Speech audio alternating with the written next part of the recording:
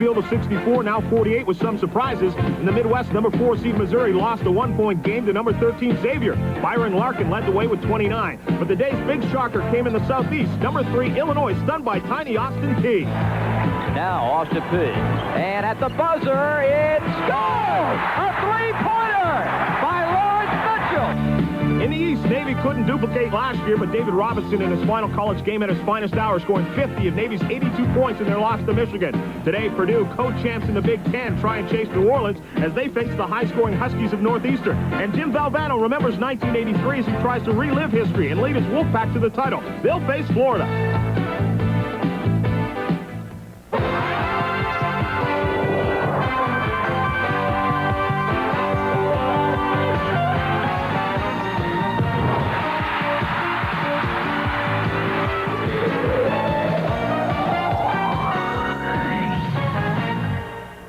ESPN presents NCAA Tournament Today. Live first-round action from the NCAA Basketball Tournament. Hello again, everyone, and welcome once again to the NCAA Tournament Today and another host of games for you here on ESPN. We kick it off in just a moment as we go to the East Regional. That in Syracuse for Purdue against Northeastern. We'll follow that one up at 2:30 with Florida facing NC State. That one starts at approximately 2:30. Then we'll head out to the Midwest. At 4:30, Georgia Tech goes against LSU, followed by Southeastern Conference and Atlanta, Georgetown and Bucknell. That one from the West Regional. And then the Southeast Regional, Atlanta, Kentucky, facing Ohio State at 9:30. Parts or all of those games, and joined once again by Dick Vitale. Your buddy Jim Valvano said it. This is the American way, the upset. The little guy gets a chance, and it happened yesterday. Well, it happened big yesterday with Austin Peay. I was on a radio show this morning with J.P. McCarthy in Detroit, and Sparky Anderson was on, and Sparky said because of Dick Vitale's expertise and because of Dick Vitale's basketball knowledge, I bet all my money on Illinois to win the national championship. Hey, I stood on my head yesterday. I tried anyway because I said there was no way Austin Peay can beat Illinois, but that's the beauty of the NCAA basketball. Hoop hysteria, excitement, and you gotta love it, John. And another chance for an upset coming up in just a moment as Northeastern goes up against Purdue. We'll be back in just a moment to talk about that one. Stay with us here on the NCAA Tournament Today. We'll be right back.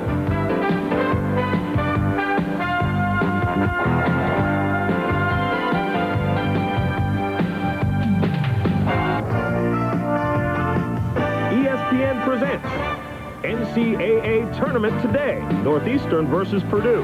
Brought to you by the Heartbeat of America, today's Chevrolet. And by Budweiser, the genuine article. Beechwood aged for that clean, crisp taste. This Bud's for you.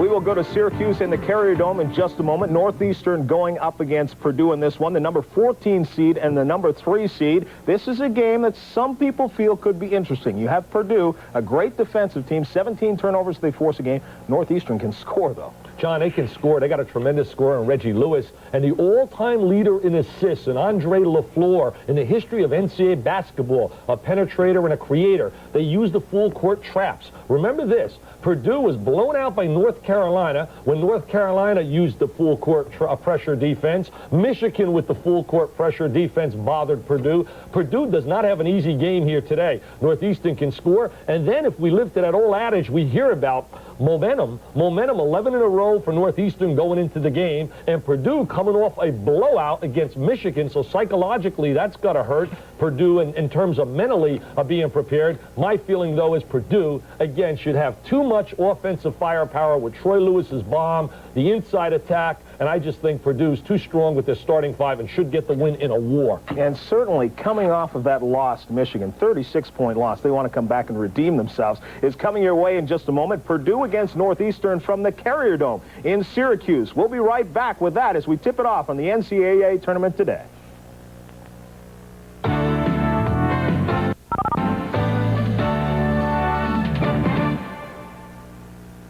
coming your way in just a moment. Another quick comment before we go to the game from Dick Vitale. In this game, as we said earlier, it could be an upset, but look for high scoring from Northeastern, you figure? Well, Northeastern is going to score a lot of points, but I look for Gene Katie's kids to hang tough. I love their backcourt, Troy Lewis and also Stevens. Watch for Derrick Lewis. Okay, let's go there right now to Syracuse and the Carrier Dome. We want to go to Mike Gorman and Ron Perry, Northeastern and Purdue. And welcome back once again to the Carrier Dome, everybody. There you see the tournament records for these two teams. Northeastern 3-5 and Purdue at 9-7. Officials for this afternoon's ball game, and we've got some good ones. There is Don Rutledge in the middle. He has been one of the officials at the last two Final Fours. In fact, has done the last two championship games. Charlie Range and Ed Cartaro joining him this afternoon.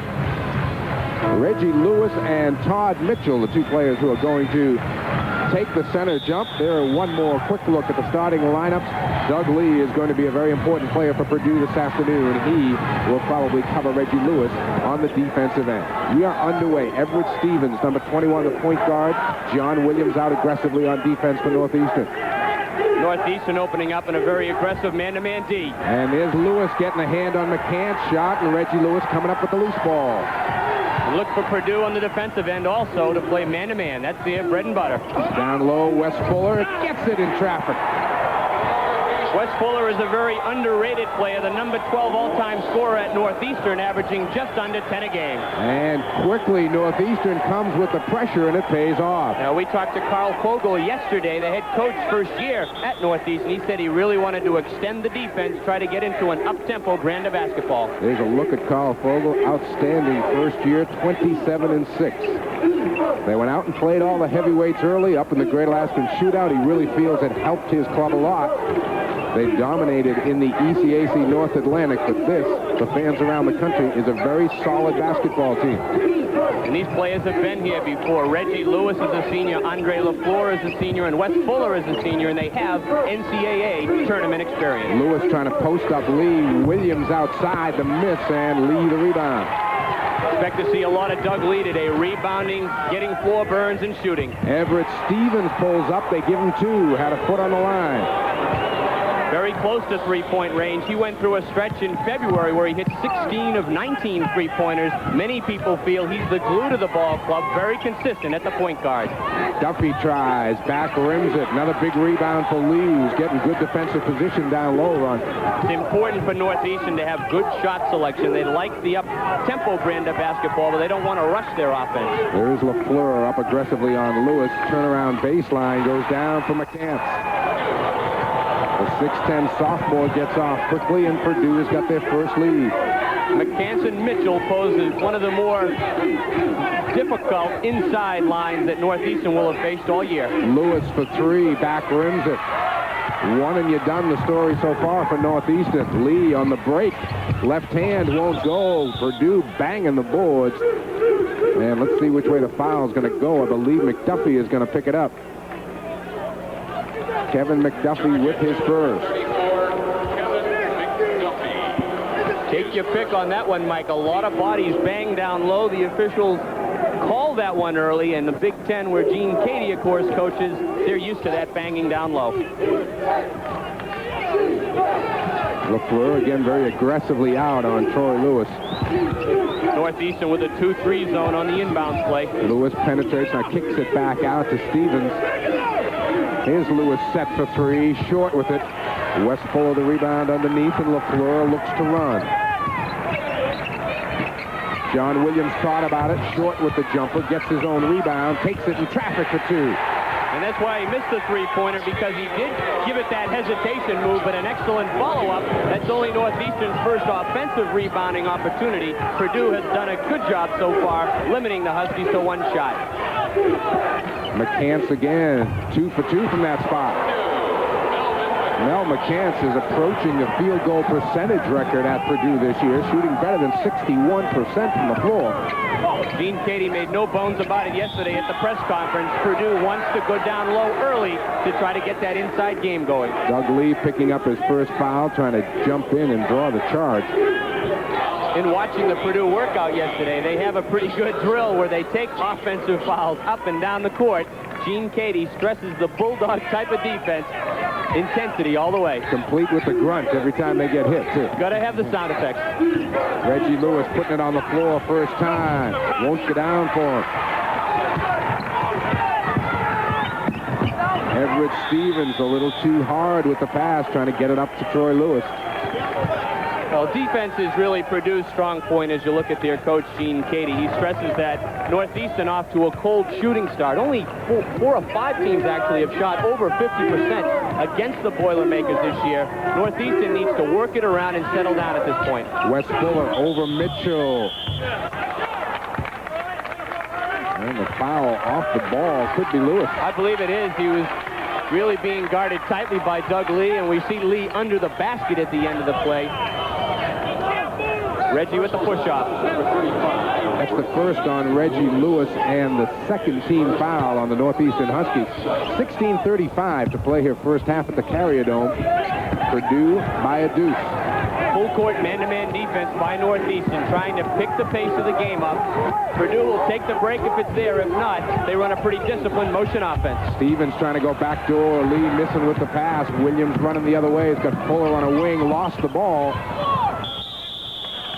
And Northeastern is going to keep it on the alternating possession. Well, you can see the high emotional level early in this game with some sloppy play at both ends. John Williams again giving this one too much thought. He should have pulled up at the free throw line, taken the jump shot there. A couple of extra dribbles cost him. Andre Lafleur sounds like he should be skating for the Canadiens instead of playing basketball at Northeastern. And Lewis is called for the travel on the little stutter step outside.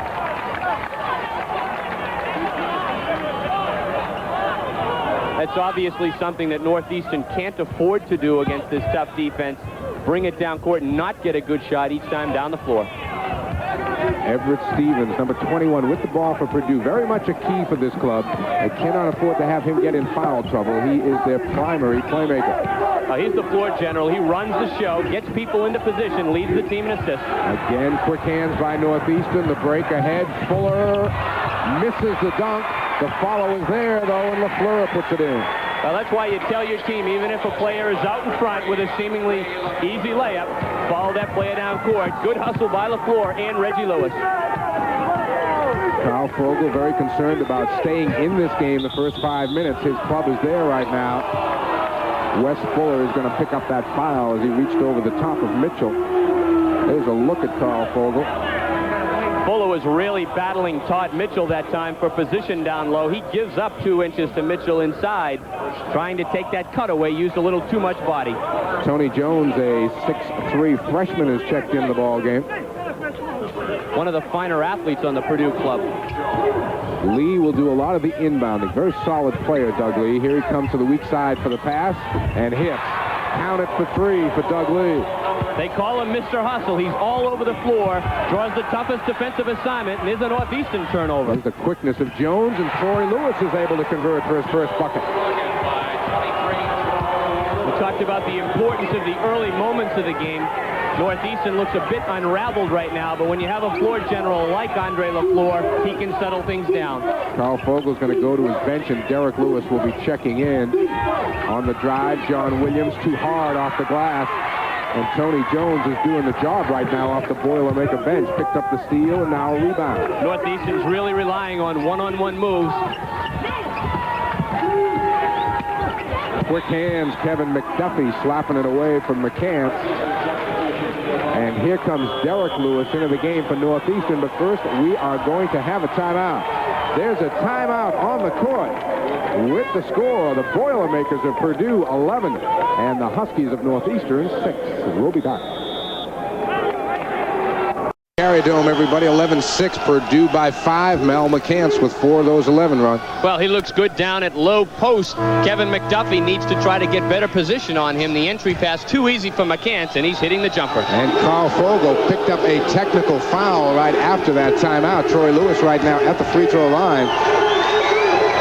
I'm not sure if he was ruled out of the coaching box or... Well, he vehemently protested a call down low or lack of a call, trying to work the officials, and picked up a technical going into that timeout. And Troy Lewis able to convert one of the 2. So the Purdue lead is up to 6, their biggest lead of the afternoon.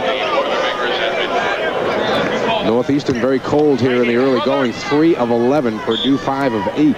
Rushing their offense, Mike. You know, they're playing against a team that prides themselves in man-to-man fundamentals. Stevens too long with the alley-oop and the foul over the back.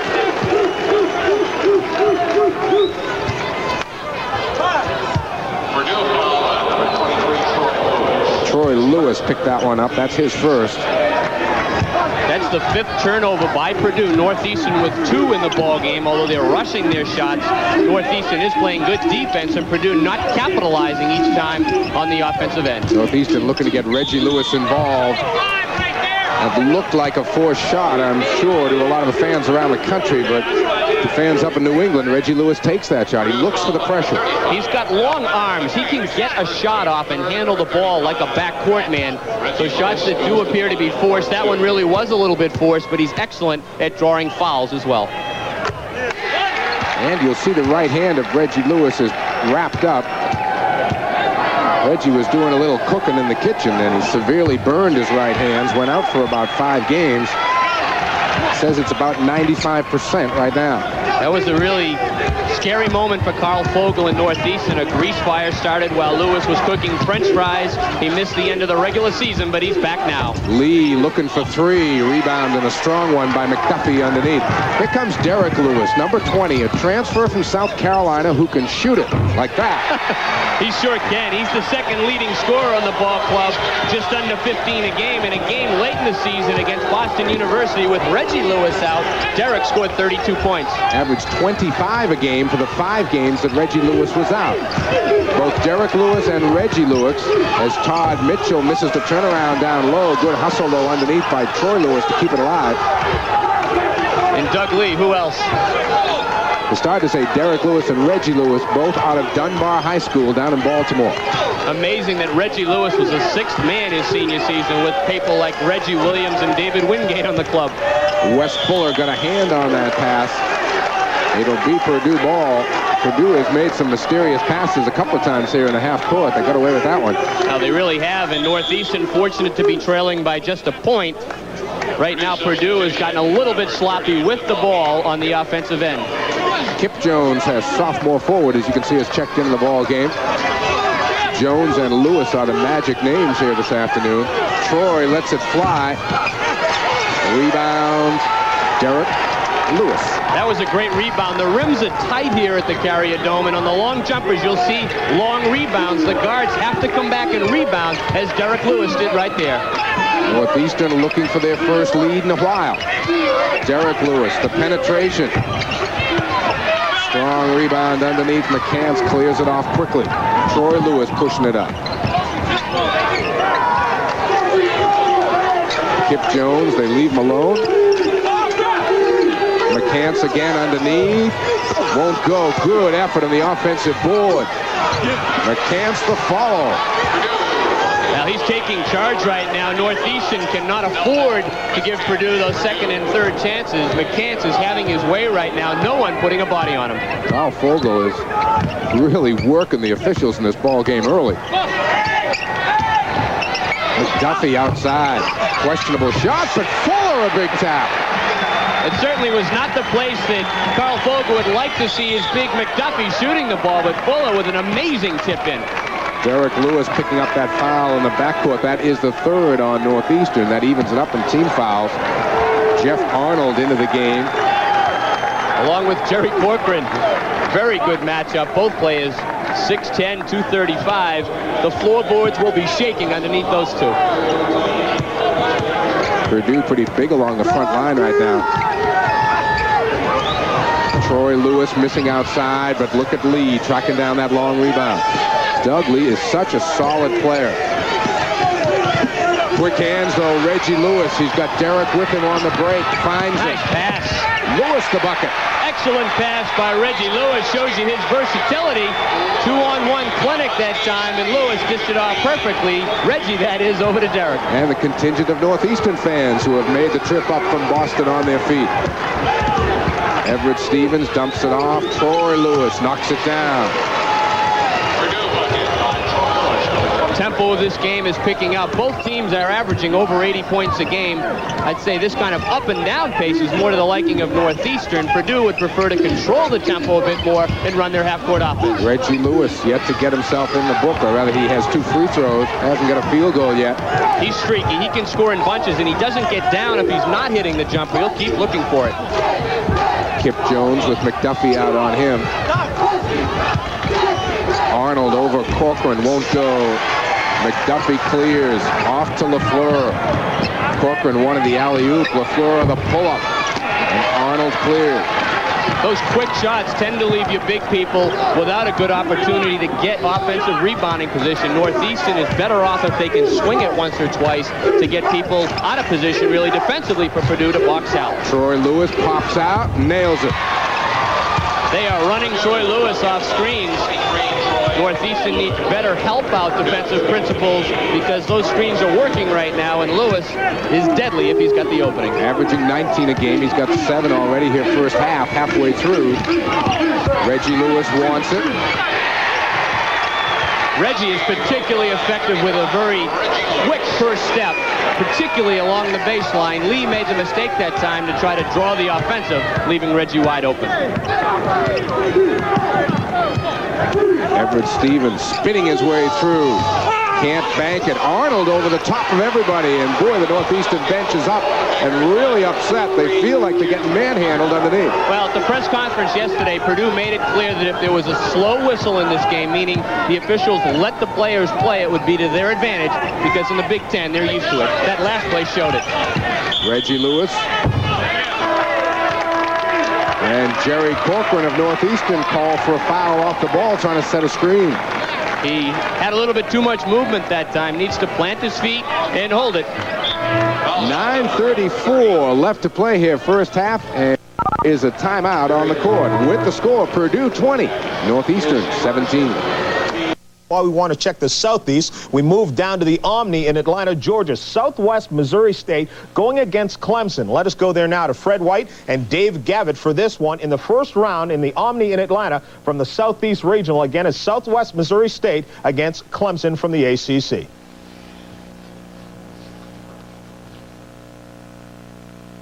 The official travel agency for the NCAA Championship. I think it's safe to say that very few teams get to the NCAA on talent alone. It's almost always they have good coaching. I think we've seen great coaching already in this ballgame. It's really been thrust, counter thrust too. Both teams have been throwing a lot of different looks at each other. And this is sort of the heavyweight fight where they come out and feel each other out. Charlie Spinauer working hard with his defense right in front of him. Michael Brown in the game now for Clemson. There's Pryor. So the shot went up. I think it's on Baseball Robinson. Again, you saw Clemson wanting to go inside, and when they do, watch the maroon shirts. They draw a crowd quickly. If you're going to make your move, you've got to do it quickly because once you put it on the ground, you're going to draw a crowd. So just a little point here. For all the defense Southwest Missouri State plays, they've only had 4 different players foul out of games this year. Colby Stuckey, the prime offender, is fouled out 6 times. Well, that's because they help very well. Extremely good help. They don't need their feet. They're not trying to block shots. Everything is positioned. See, they don't need their feet. But the problem is when Horace Grant gets it inside. That's the Southeast Regional. Clemson and Southwest Missouri State being played at the Omni in Atlanta. Let us go back now to the Carrier Dome in Syracuse, the East Regional. Purdue against Northeastern. Northeastern in the dark uniforms. Mike Gorman and Ron Perry for the East Regional at the Carrier Dome.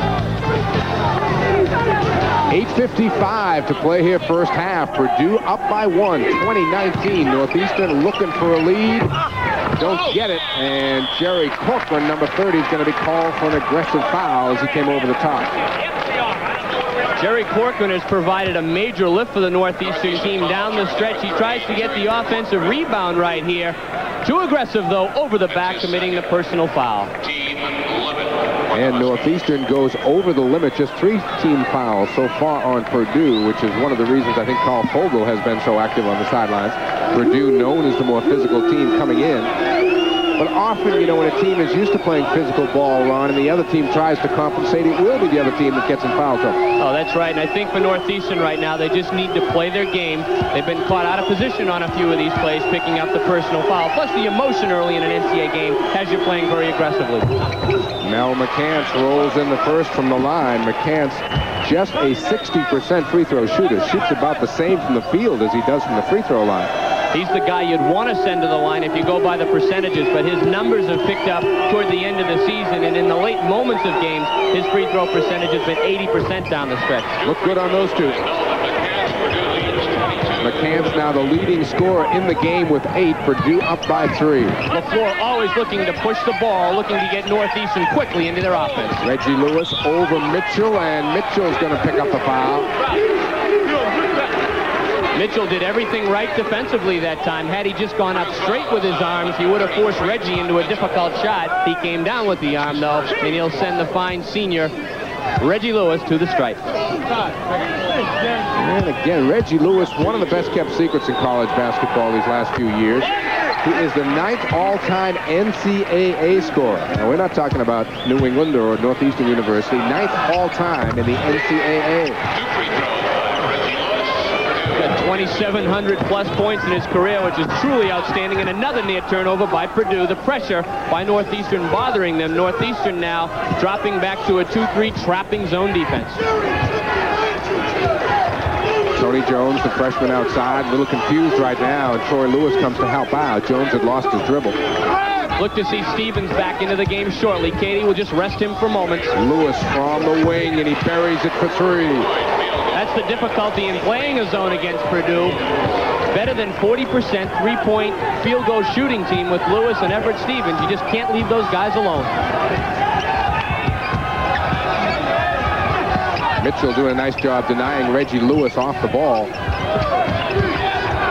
Here comes Lewis through some screens, and he picks up a foul. I think McCants was reaching in this time. Reggie Lewis will spend a lot of time at the free throw line because, again, he's the type of player who likes to lean in and feel the contact before he shoots. He really does. He was asked yesterday, what do you think Purdue will do against you defensively? And he said, it really doesn't matter. I've seen just about everything throughout my career. I'll just go out and play my game. Second foul on Mel McCann, the 5th on Purdue with 7:47 to play first half. And Reggie Lewis, again, spending a lot of time at the line. Jeff Arnold's going to check back in, and Gene Cady is going to get his sophomore center, Mel McCann, on the bench with those 2 fouls. Does not want him to pick up a third if he can help it before halftime. That's the value of having a Jeff Arnold in there that can come in and bang and get you some rebounds. Jerry Corcoran, good job off the board, but it won't get down for him. And then Corcoran is called for the foul as he tries to follow up. And on Corcoran, that's number 3. He'll come right out of the game in favor of Kevin McDuffie. Corcoran's magic really hasn't worked in this first half. He's banged, he's established some aggressive play in low, but he's had some difficult opportunities position-wise. And again, that is 3 personal fouls on Jerry Corcoran, so he'll sit down. There's Kevin McDuffie coming back in. Down the stretch of the season, Jerry Corcoran was averaging better than 10 rebounds a game, and he had 2 double-doubles where he scored in double figures and rebounded in the same category.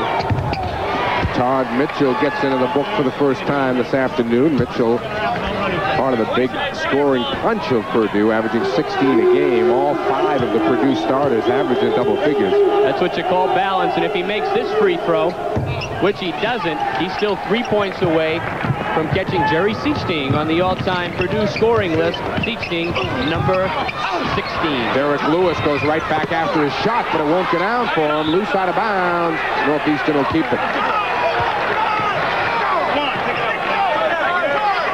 Carl Fogel obviously thinks there was a foul. Doesn't take much imagination to realize that Carl thinks there's a lot of banging going on inside.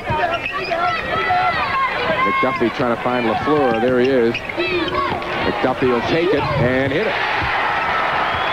Credit the penetration to Andre LaFleur, and he's also the man to get back defensively on Troy Lewis. An outstanding player for Northeastern. Here's Reggie Lewis again with the quick hands, and Northeastern a chance to tie. Derek Coleman Lewis, the offensive board, and he's fouled. He goes up in traffic. Jeff Arnold's going to pick up that one. This is a veteran Northeastern club.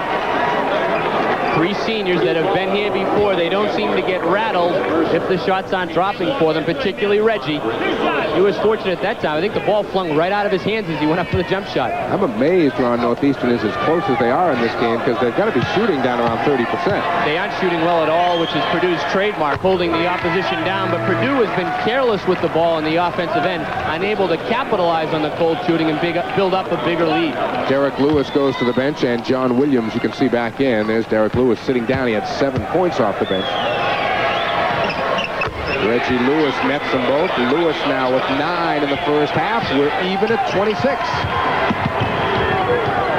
Williams a little quicker defensively than Derrick Lewis.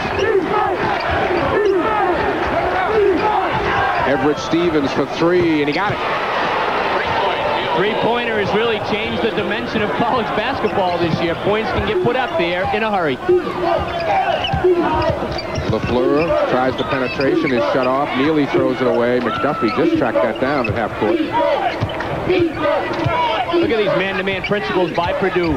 Playing the overplay on the wing. They front down low with weak side help. Excellent fundamentals. And the ball is picked off by Lewis. Neely traveled with it. Here comes Purdue up by 3, looking for 5. Mitchell finds Lee, the trailer. Lewis, top of the key. What a great jump shot that kid had.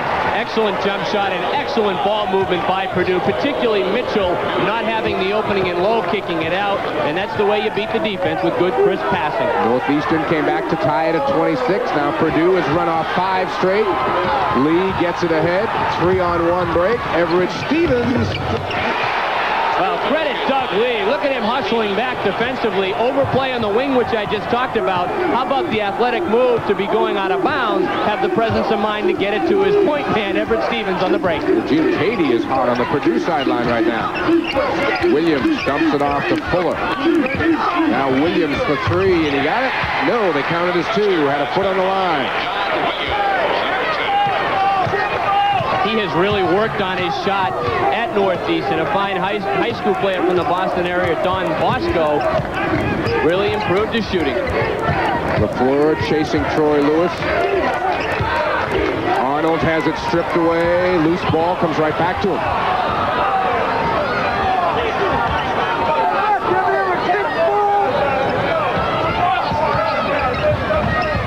Todd Mitchell, good position. Too hard off the glass. Whistle and the foul, and might be Mitchell. That's who it is. They caught him trying to follow up his own shot. McDuffie did a good job coming across that time to help out Wes Fuller and make Mitchell change that shot. On Todd, that is number 2. See if we can pick that up here, Ron. Northeastern playing very tight man-to-man. Fuller allows Mitchell, though, to catch it in great position, but McDuffie forces the change shot, and then Mitchell comes back in, crashing into McDuffie, picking up the personal. Good help out by the big 6'8" McDuffie. Purdue is the better of the 2 teams shooting free throws. You see McDuffie right about 60%. Good rebound by Mitchell. Free throws could be a problem for Northeastern as the afternoon goes on. Tony Jones back in the lineup running the show here. Lee dumps it off. Arnold wasn't ready for the pass. Tough pass for the big guy to handle, too. Down around his knees. Did a good job to recover. Arnold will take the turnaround. Back rims it. John Williams, a good rebound. But I talked about with the backcourt kids rebounding. I talked about the tight rims, and with tight, I mean they're screwed on there pretty tight to the backboard. You hit it up there, it has a good chance to clang out. There's the matchup between Lee and Lewis. He finds Fuller underneath, won't go down for him. It's about the 4th layup Northeastern has been unable to convert in this ballgame. And they're only getting 1 opportunity. Doug Lee hits for 3. What a dimension he adds to the team. This really does it all around, and he's got great outside shooting range, and he gets right back defensively, very tight on Reggie Lewis. John Williams cranks it up and knocks it down for 3. Well, I tell you, they do not wait long in the offensive end. They sure don't. That's why Northeastern can make up large deficits. This game, of course, is pretty tight at 5 points, but when they have the lead, they also have been known to give that lead up because of the up-tempo style.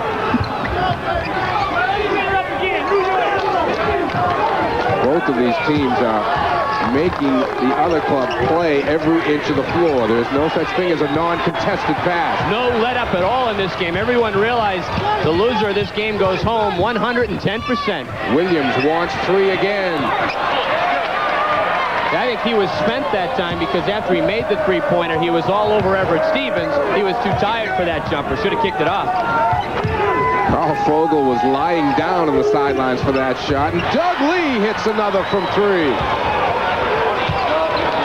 Well, for the fear of sounding redundant with this kid, you just have to appreciate the many facets of this game. 9 first-half points for Doug Lee, all on three-pointers. John Williams will try again. Good follow underneath by McDuffie. Well, defensively, the definite shade of that man-to-man defense. The overplay is all over Reggie Lewis. Williams with some good scoring opportunities. That's one of the rare offensive rebound cash-ins by the Huskies. Whoa! Whoa! Oh, downtown. That would have been a three-pointer NBA style. He has that hot hand right now. He wants it. You are not kidding. He was fading away, too. He knew he had it. He was backpedaling. Andre LaFleur, a little runner in the lane. Back and forth they go. We have two high-powered offensive clubs working in this game. Northeastern, as you can see, can put points up quickly, and Purdue shooting it extremely well in this first half. Mitchell on the alley-oop. Todd Mitchell, who has a quiet offensive first half. Purdue's biggest lead. They've flirted with it before. It's 9. You tend to give that up when you're playing the tight man-to-man overplay, the weak side cut. Wholesale substitutions coming in the ball game.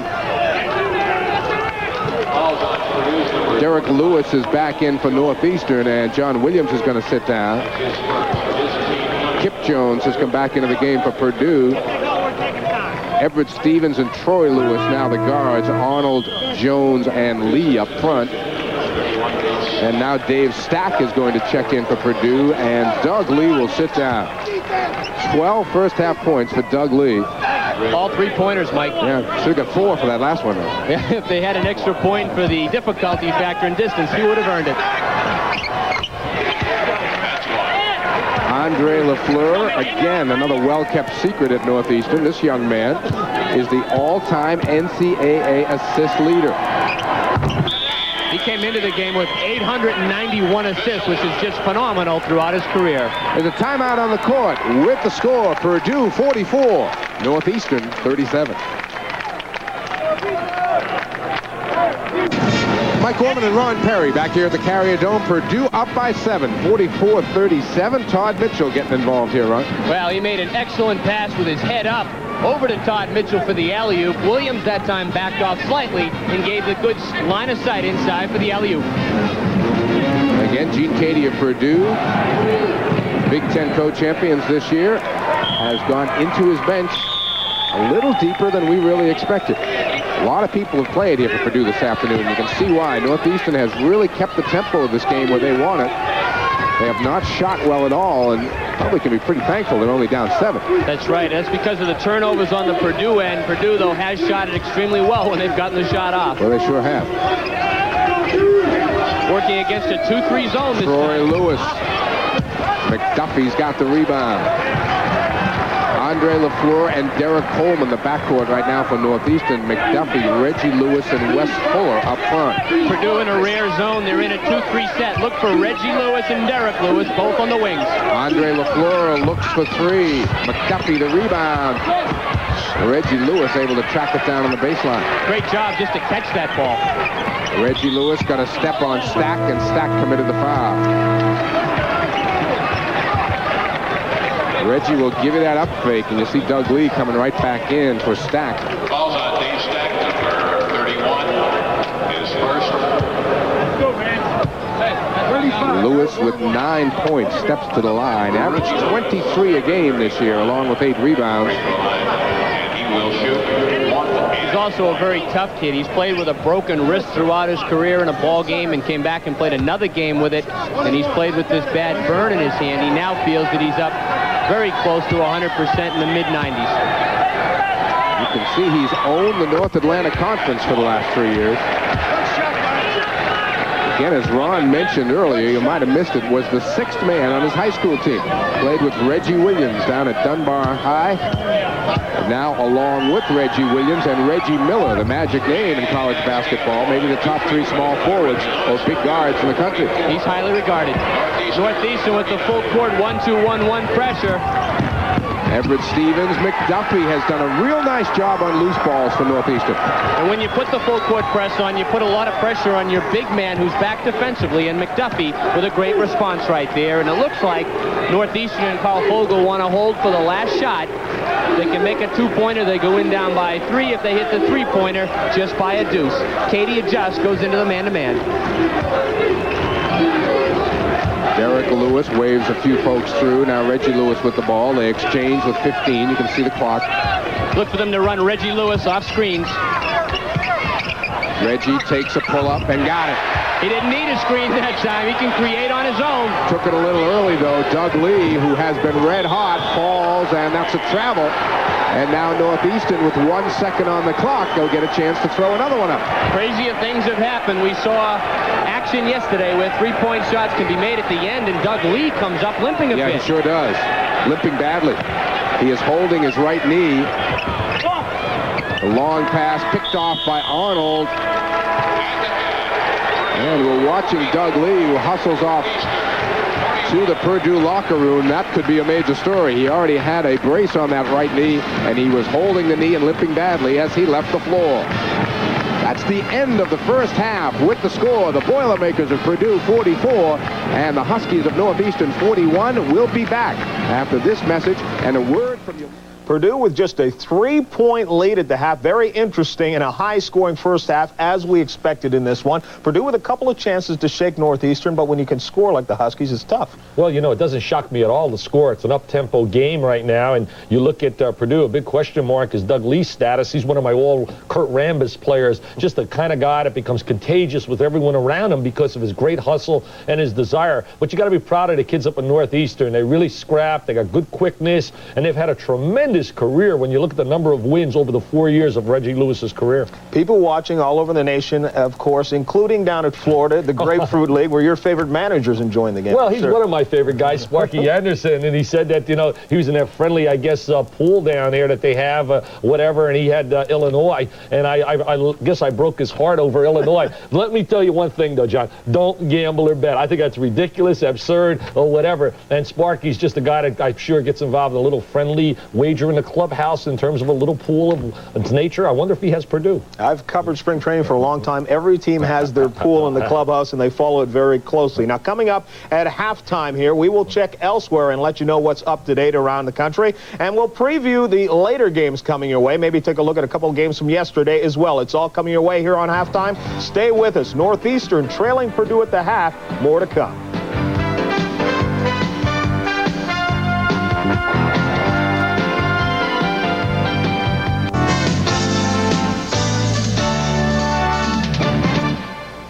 Purdue leading Northeastern. That game in the East, they lead by 3. Now in the Southeast, another game underway. It's at halftime, 28-28. Clemson against Southwest Missouri State. Bit of a surprise in the first half right now. Let us go there for the final seconds of the first half to Fred White and Dave Gavitt with the call. 11 seconds left in the half. Jenkins lobs the grab.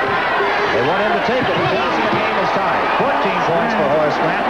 5 seconds left in the half. Robinson racing to midcourt. He has 1 second to fire it, and Holt lets it go. Couldn't get it. And there's the end of the half. Well, that was a long time. That was a long 2 seconds at the end. That clock went to 00 and sat there for a while before the horn went off. It almost looked like a little bit of a... 28-28 is the score at halftime in the Southeast. As they said, interesting there. You saw the 00s there in about 2 seconds before the horn went. Yeah, they were really late with that one, baby. I'll tell you one thing. But you know, that Southwest Missouri State doesn't surprise me. You check their track record out. They've been outstanding. They were brilliant last year in the NIT. They play great team defense. They got an outstanding guard in Winston Garland, and they've beaten some good clubs. Should have beaten Missouri down at Missouri in Columbia, but then the Zebras got involved and with some really shaky calls at the end, and they ended up with an L. But they can play. On the other end, you're looking at Clemson. Right now, the tempo definitely favors Southwest Missouri State. State because Clemson likes to go up and down, going about 125 miles an hour. Horace Grant will be a first-rounder, maybe a top-5 selection. Interesting matchup could be a bit later on if Clemson continues. Certainly Horace Grant against some of the big men there, but as you say, one of the best in the country. Now elsewhere, a little bit later on, Temple will be going against Southern. This one a bit of a mismatch, as people call it. In the Midwest, this in the Rosemont Horizon. We want to preview this game and take a look at how John Cheney's team matches up against Southern, a team they should actually handle very easily on in this one. As we say, coming later in the Midwest Regional, Temple will be facing Southern, that one just outside of Chicago. How do you see that game matching up? Well, you got to go with Temple. Temple has the great team defense, a tremendous backcourt. Howie Evans and Nate Blackwell really blend well together. He's a left-hander, Blackwell. Really doesn't get a lot of national publicity. They got a shot blocker inside by the name of Tim Perry. Reminds me of a coming of a Roy Hinson, who's now playing with the 76ers and started his career at Rutgers University, where he kept progressing. And Perry's that kind of athlete on the interior. And then they got a downtown shooter by the name of Frieswick, a three-point shooter who can really drill the long-range jump shot. I like that Temple team. The thing they do really well, and this is very important to anybody that's a coach, is they protect the basketball, John. They do a tremendous job of getting high percentage shots because they do not turn it over. In fact, I think they only average about 10 turnovers a game. Very good team. Interesting matchup, as we say. John Cheney, they should have an easy time against Southern, but he says doesn't matter who he's playing, he's not going to take them lightly. He's prepared. You got to read on defense if you're not sitting in front of the room. As John Cheney prepares Temple to meet Southern, the coach is concentrating less on the Jaguars, more on things that have enabled the Owls to their success. I think for the most part, you dwell in yourself. You spend a lot of time in doing some of the things that you know that you do well because the won and loss record and the recognition that you've gained, you've gotten that because of what you've been doing all along. So we try to stay with that. And that's one of the old cliches, everybody. Stay with what got you here. Deal with the known and leave the unknown alone, so to speak. The players look at the tournament as a time to get out of town for a few days, a chance to pull closer to each other, blend together as a team and friends. It gives the fellas and myself, a chance to get away from here, all the people, all the fanfare and everything. We going way out there where nobody really knows us, and, we'll sort of be together. It'll be just us, no outsiders, and, I think that's what you need in this tournament to win, just, a family unit. Temple and Southern, the game starts at 1 o'clock. In a moment, when we return, we will advance the game between Iowa and Santa Clara, another seemingly mismatch. More to come when we return at half. Northeastern trails Purdue.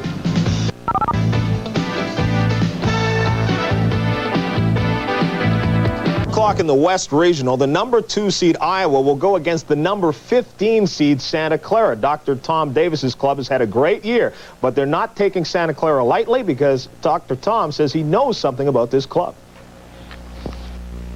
Santa Clara comes from a league of outstanding basketball coaches, and the fact that I worked out there and know that league and know the coaches out there will help us going into that game because we will know how good they are. No question as to how good Iowa is. They won 27 games, and for a while they were #1 team in the country. They run the fast break and pound the boards as well as anyone. Still, the Hawkeyes remain cautious about Santa Clara. Remember, there can be upsets. We're going to face a team who we will probably be favored going into the game, and that team is going to be fired up to be there because it could be their last game. So we're going to be in a dogfight, and I think playing in the Big Ten, any team on any night can beat you. Iowa and Santa Clara in the West. It's coming your way. We would say a mismatch, no chance for Santa Clara, but then Austin Peay seems to come to mind. Well, you're going to remind me about Austin Peay all day long. I know I'll never hear the end of it. Right now, Iowa should have too much rebounding power. Iowa's also transition game is excellent. B.J. Armstrong has become an outstanding point guard, and they got a great athlete by the name of Roy Marble on the baseline. Iowa's got a lot of good, strong people there. I look for them to win that region and go, oh, there's a team out there called Vegas? But I'll tell you what, I look look for Iowa to come out of the West. I really do. Now, I went down the tubes with one eye, Illinois. Now, I can't have Dr. Tom go down the tubes for me also, but it would be a great matchup. I think Iowa and Nevada, Las Vegas. Both teams are really donut teams, don't have a post player, but they got such tremendous athletes. I'm really impressed with both those clubs, and that would be a great, great game. As we say, we'll keep reminding you about Austin Peay as the day continues along, but that Iowa game starts at about 2 o'clock. We'll check in there from time to time as well, but we have a game underway right now. We're at halftime. Northeastern down 3 to Purdue at the half. When we come back, more basketball on the NCAA Tournament today.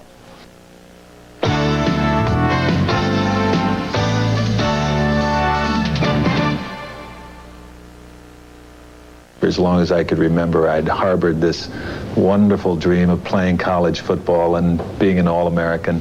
And so to actually do it was almost intoxicating for me. I doubt if I could have had the same energy if I had been aspiring to be a great pianist. That's just not in me. But it may be in other people. It's not a question of how you do it. I think it's a question that you do accomplish it. I'm sure of the fact that my college football added to the richness of the experience. After all, it was emotional, dramatic, collective commitments to a good goal, high aspirations, hard work, grungy work, and we came out doing something that was memorable.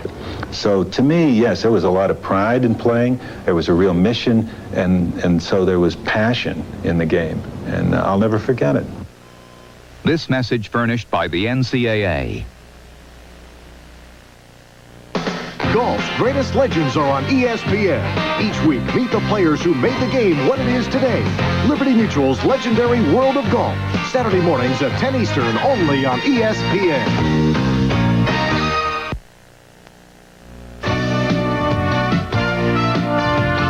ESPN presents NCAA Tournament today.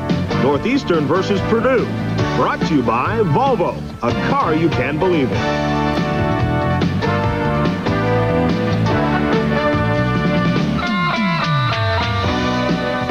Before we return to the Carrier Dome, let us run down a couple of scores from the last night's late games. First of all, from the Southeast in Birmingham, Alabama, it was UAB going up against Providence. UAB playing on their home floor, one of the home teams in this one, but Providence and Billy Donovan get the job done. Dishes off here to Abdul Shamsuddin for the slam, 36-31. Donovan again, this one's a three-pointer, 49-37. On the Friars' first possession of the second half, Donovan again, this time another three-pointer. Rick Pitino watched his guard make his first 6 from that range. And Donovan gets the rebound on the next time. This time he decides to take it to the hole. Donovan had 35 as UAB is embarrassed, losing 90-68 on their home floor in this one. 90-68 the final there in the Southeast Regional. Another score from late last night. This from the West Regional. It was Wyoming and Virginia. 64-60 was the final. Wyoming with the win there. Any surprises in that one for you? No, you know what I like is Billy Donovan. To me, he's the most improved player in America from the day he started playing as a freshman. I remember as a little chubby fat kid with his black sneakers with the olden days, like he looked like he belonged in the YMCA, but now he's become a great player. Okay, right now we want to go back to the Carrier Dome. Mike Gorman and Ron Perry, Northeastern trailing Purdue by 3, ready to start the second half. Mike Gorman along with Ron Perry, and we're close to second half action. The Northeastern Huskies and the Boilermakers of Purdue in a beauty to open up a full day of basketball here at the Carrier Dome in Syracuse, New York. Northeastern really struggled a bit from the floor in that first half. Purdue shot the ball very well. We expected Purdue to shoot well. We did not expect really Northeastern to be down there around the 40% shooting percentage they have, Ron. But again, if I'm Carl Fogel and I'm down 3, I got to feel pretty good. You really do, and it's been quick shot selection by Northeastern. It's not that they're not getting their shots. They're rushing it on occasion, which they started from the beginning. But to their credit, played good on the defensive end, forcing Purdue into 10 turnovers in the first half, which is why we've got a close game. Northeastern also shot it well from the foul line, so they've kept this thing close. And I think you're right, at halftime they have to feel encouraged by the fact that it's a 3-point game. And we see Doug Lee back out on the floor, which is good news for Purdue, and you do not want to see a Doug Lee going down in a game like this.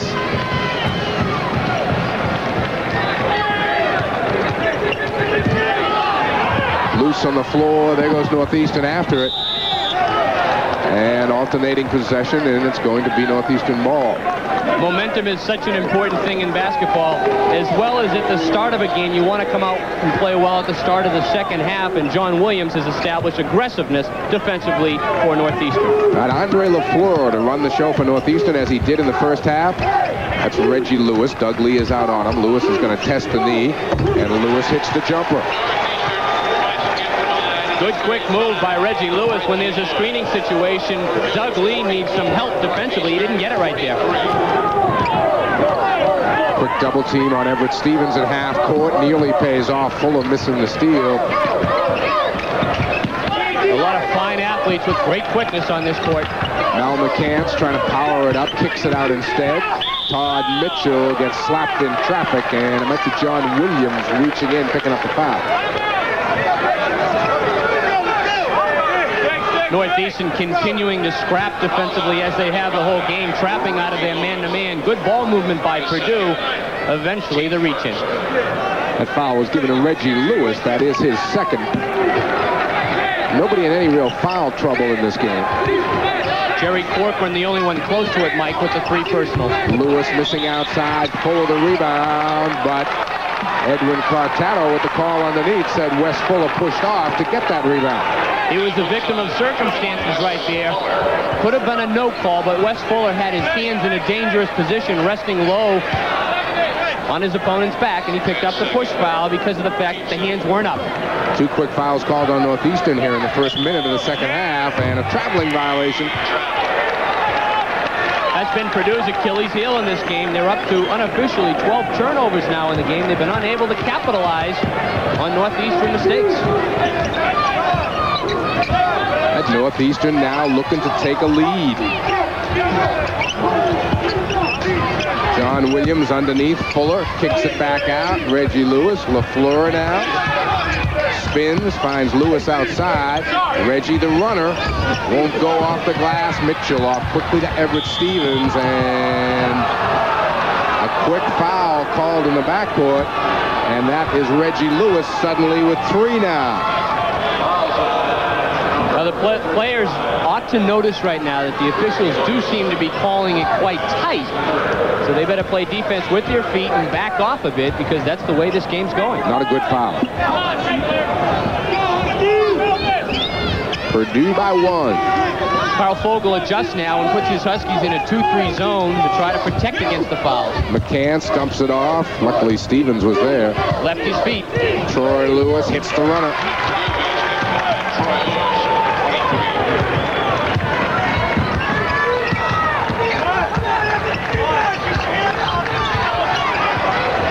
From the corner, John Williams for 3.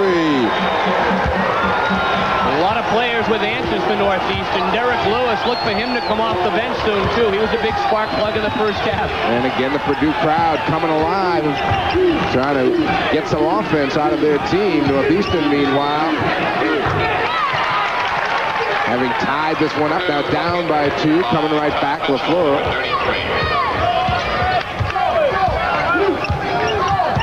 A lot of reasons to be optimistic about the Purdue club. Only one senior in the starting 5, Doug Lee with the ball.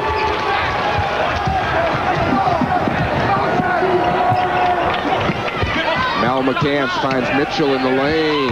Can't hit off the glass. Fuller controls the rebound. Andre LaFleur takes a quick pull-up and hits it. But they just don't waste any time. They really don't. Northeastern, though, seems to be shooting the ball with more confidence anyways to start the second half, and it's dropping better for them.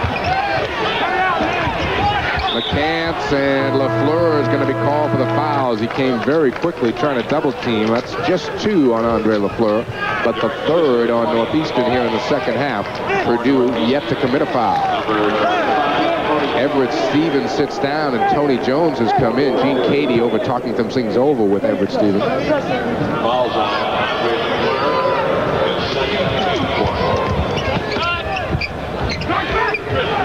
They've got 14 fouls on Northeastern. McDuffie was there, and he committed a foul. The Northeastern right now is reaching in too much defensively. They're allowing the entry pass in low.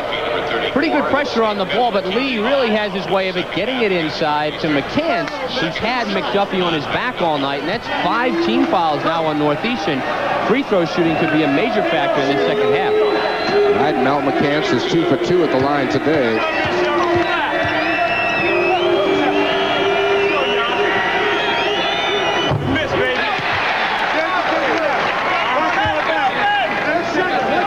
He came out this year 10 pounds lighter than he played at last year, and a lot of people credit his improved play to the fact that he's been lighter, quicker, and jumping much better. Flat shot, but he got it to go in. A lot of woofing going on around that free throw line. Sure is. They call that one the shooter's roll. You could hear the Northeastern players talking to Melvin McCann. Purdue by 1.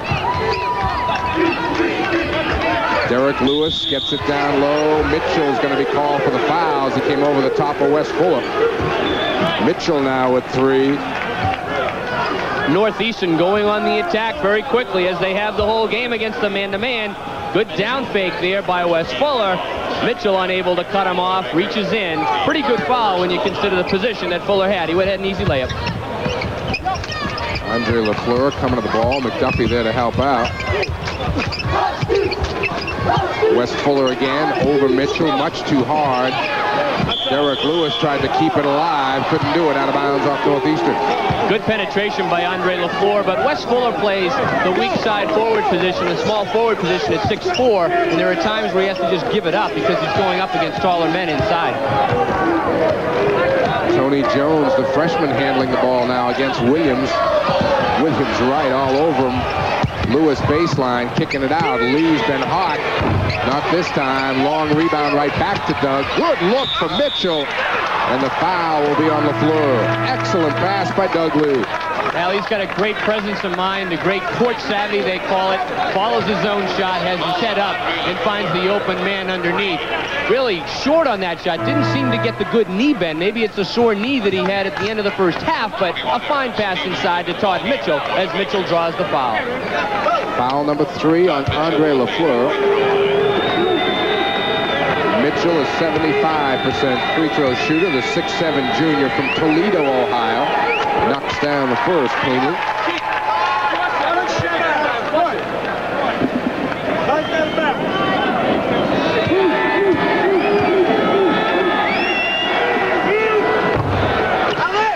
McDuffie clears the miss. Fuller. Out of control on that one. Sure did. That's a set-up fast break by Northeastern down the sideline off of a free throw, but Fuller really didn't bring himself under control that time. Near steal by Fuller coming out on Mitchell. McCants and McDuffie just picked up his 3rd. I think you'll see Carl Fogel go back to the 2-3 zone again, Mike. Out of the man-to-man, Northeastern is really gambling right now, and all of a sudden they have Lewis, LaFleur, McDuffie, and Corcoran all with 3 personal fouls. And they don't go down their bench that far, nor does Purdue, so you don't want to have your starters picking up 4 personal fouls and having to go way down that bench.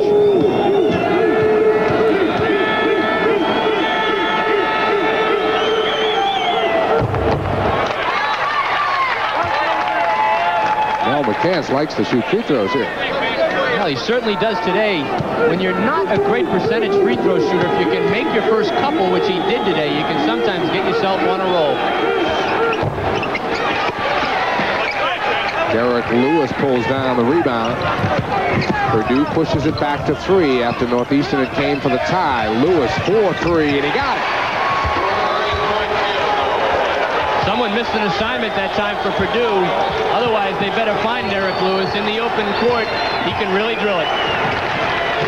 Mitchell coming to the ball. Fuller right there with him. Northeastern continues to gamble in the man. Troy Lewis. Good position. Doug Lee, the move underneath.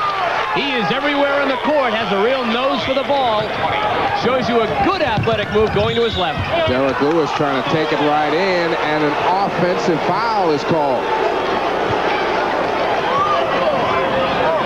This really brought the Northeastern bench up to their feet, but on the last action on the Purdue end, They're using their height advantage inside, but Doug Lee at 6'5" finds a way to get there and finish off. Carl Fogel is going to go to Jerry Corcoran and put a little more size in this lineup. Alley-oop, and there's Everett Stevens. That's a set play.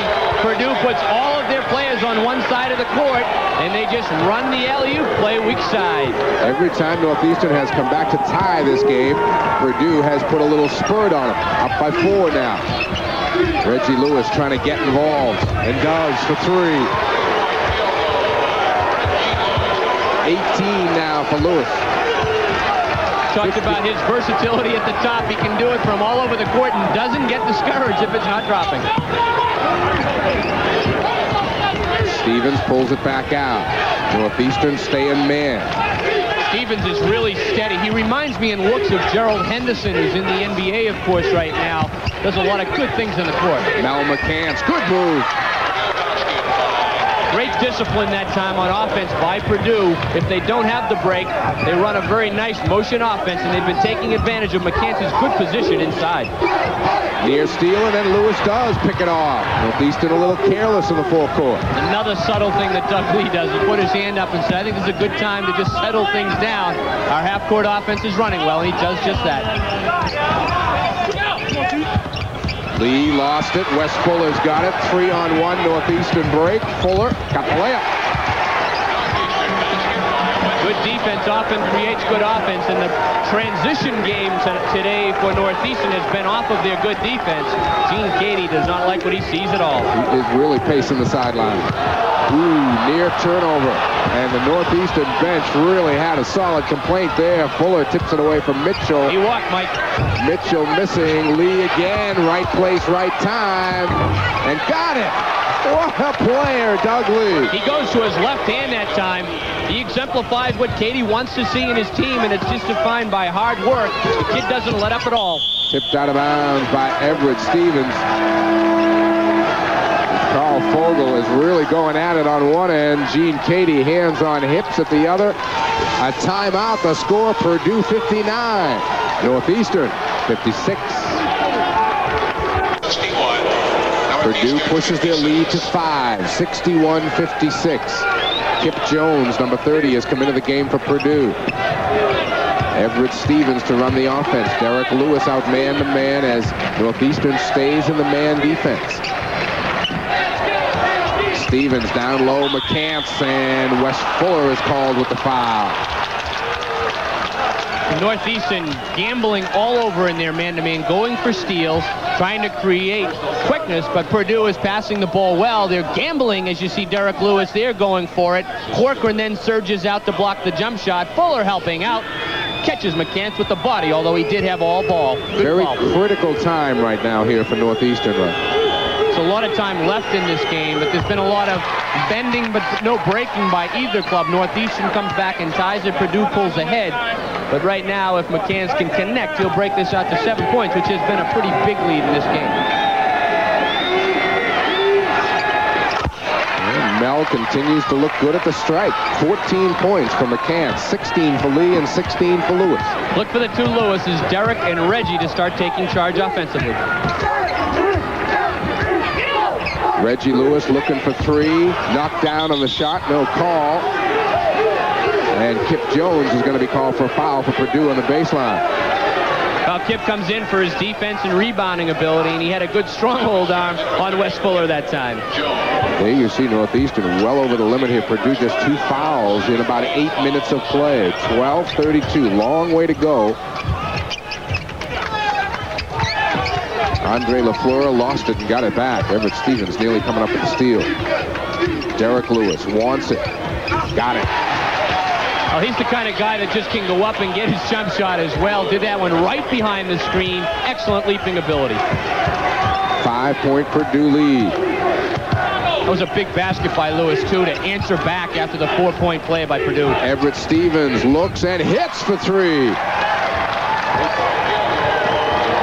12 now for Everett Stevens, the 4th Purdue starter in double figures. Another dimension to Stevens' game.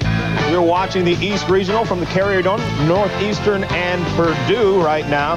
Let us go back to the Carrier Dome to Mike Gorman and Ron Perry, the East Regional, Purdue and Northeastern. Purdue still has the lead. The fundamentals, but no one helped as LaFleur went baseline with the quick first step. It's a great matchup with two of the finest guards around. LaFleur gets by him. You can see Corcoran sealed off McCann as LaFleur goes in for the basket. Gene Cady just exploded off the bench when LaFleur went by and there was nobody to help.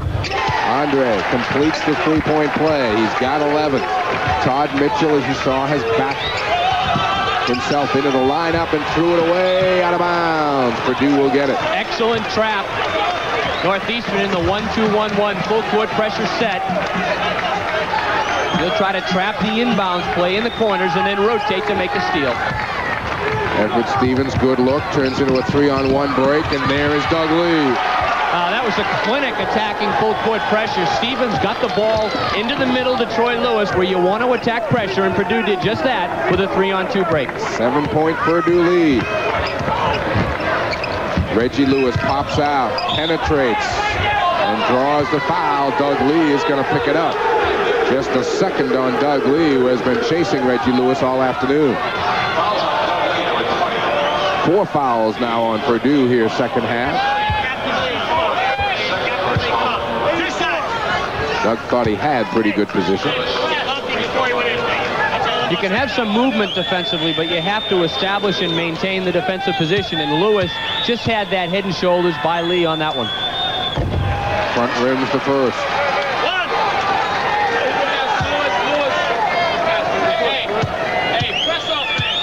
And again, you see the bandaged hand of Reggie Lewis, and he misses both free throws. You won't see that too often. Purdue could push their lead to 9. That's the biggest lead they had first half.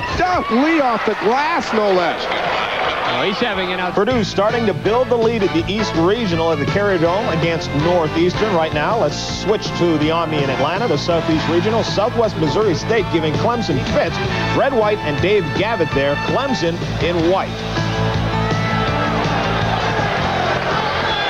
We have 9:12 left in this basketball game in the Omni. 44-43 Clemson. The biggest lead has been 5 by the Tigers in the first half. Southwest Missouri State's been up by as many as 4.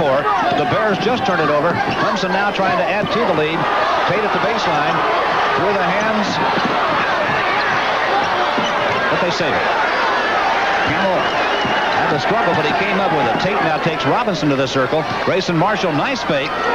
Came up short. The ball's on the floor and loose. And Garland trying to pick it up. It's captured by Stuckey finally. Southwest Missouri State with a chance to go back in front. Their fans continue to stand and roar across the way. They have not taken a seat since they came in this arena. They have a great delegation here from Springfield, Missouri. 8:28 left in the contest.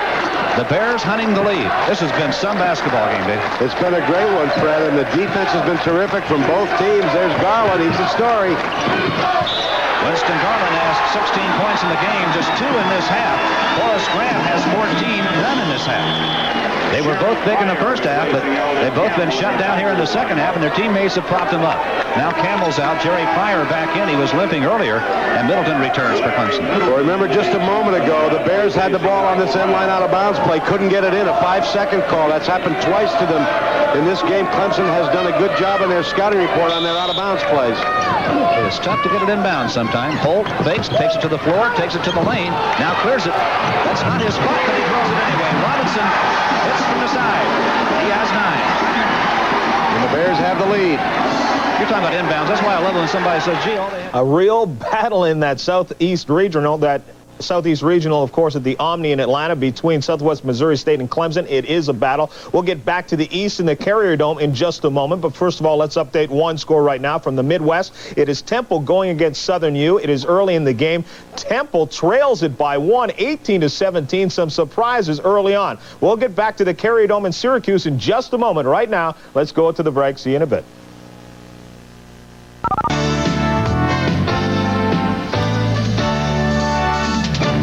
And Ron Perry standing by at the Carrier Dome in Syracuse. Northeastern trailing Purdue by 10. Let us go back there now. Northeastern with the ball in the dark uniforms. 9.5 to play here in the game. Purdue's biggest lead, 10. Reggie Lewis can't make it 8, but Corcoran's there, won't go down. And Purdue a chance to go 12. On the break, the runner goes. Kip Jones, his first basket of the afternoon.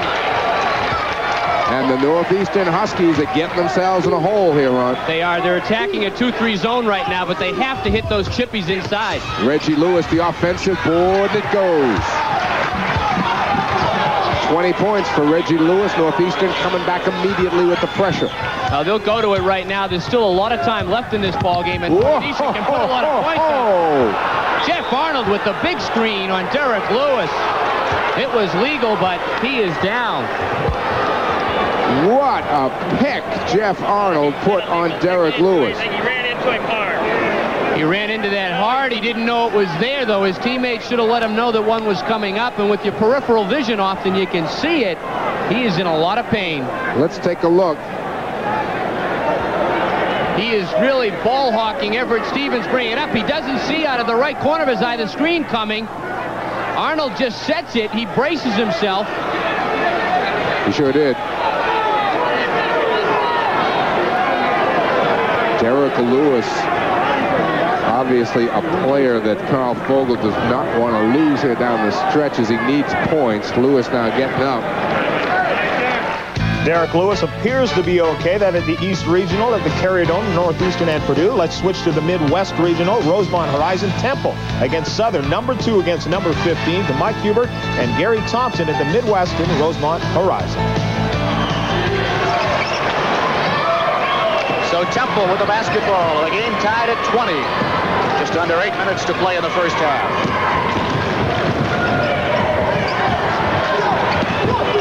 Bradley with the ball to Evans. Temple back into a tie. Temple broke to an 11-5 lead, and then Southern took some momentum, and they went ahead. At 20-17, before moments ago, Mike Frieswick hit his first shot of the game, a three-pointer, which tied the score at 20. And there is the putback from Tim Perry. Perry, averaging just 13 a game, has scored 8 for Temple. The Owls have taken a 2-point lead.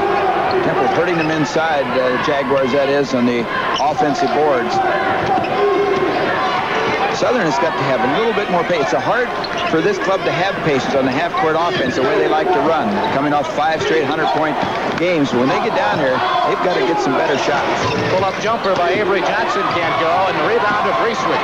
Temple a 2-point lead in the ball. Blackwell, right side. That's Howard Evans out of West Philadelphia High School.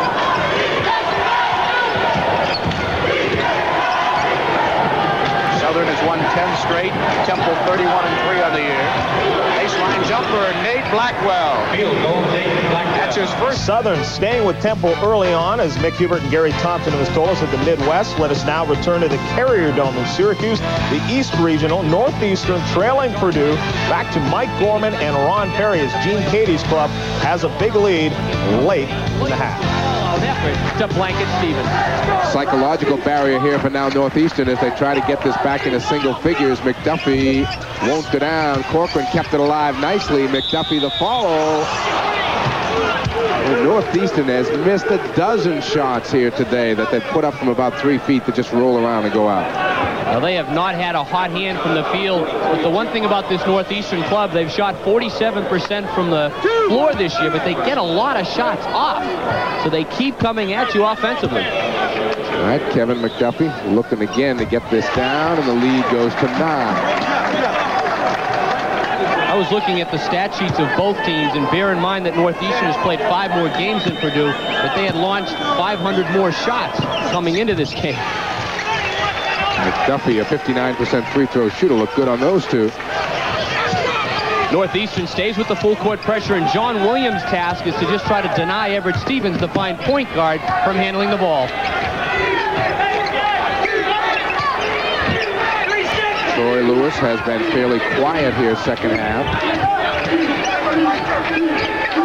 Lee for 3. Oh, what an afternoon this kid's having. He has been unbelievable. He's got 26 now, 16 above his seasonal average. He's done a great job all over the court. Look at him defensively now, back on Reggie Lewis. 6 of 8 for 3-pointers. McDuffie wants it. Whistle and a foul, and the foul is going to go against Arnold, I believe, wedging his way in there for the rebound. Still too much time in the game for Northeastern to get completely out of their offensive rhythm. Not the kind of play you want to see with McDuffie at 6'8", trying to make a one-on-one move 10 feet from the basket. And there's Arnold really battling inside with his counterpart from Northeastern, Jerry Corcoran. Could have gone either way, but Arnold was pushing off on it. Second foul on the Beach, who's on the bench right now. Oh, the Beach really did throw his body around while he was there, but he's rugged, and that's what Gene Cady puts him in for, to play aggressive defense and rebound. First point of the afternoon for the 6'10" senior from Hingham, Massachusetts, Jerry Corcoran. BC High School. He's a fifth-year player. He had a knee injury that sat him out for one of his years, but he's back and been a major contributor down the stretch for the Huskies. 9-point lead, and Northeastern forces the turnover. This is where Northeastern can come back. They're all-out pressure defensively. Gene Cady is beside himself over on the sideline on his hands and knees. The big test, though, is if he can capitalize after the turnover. McDuffie takes the runner, and he draws a foul on the way through. Doug Lee is going to pick it up. On Lee, that'll be 3. And 2 of those fouls that Doug Lee has picked up have been trying to jump in and draw charges. Yeah, he's really paid for it. Kip Jones and Doug Lee both converged on that play. Kip Jones limping off the court. Yep, they gave the foul to Kip Jones. Really believe that Northeastern ought to have the ball in Andre LaFleur's hands more as this game winds down. The last 2 possessions they've had Kevin McDuffie, really a guy you want on the offensive boards, making one-on-one moves from 15 feet out. And McDuffie has responded so far from the free throw line. Another player from Baltimore. We talked about the 2 Lewises being from Baltimore. Yep. Northeastern been very successful getting players from that area. Kevin also played at Dunbar High School. McCann's rebounds the miss. The Purdue lead is 8. 7:21 to go in the game. This is really execution time. Purdue has been aggressive with the ball all afternoon. They don't want to, become non-aggressive. They want to work the clock and take the high percentage shots. Shoot better than 50% as a team. Just outstanding. Derrick Lewis, good to see him back in the game. Call for the foul outside.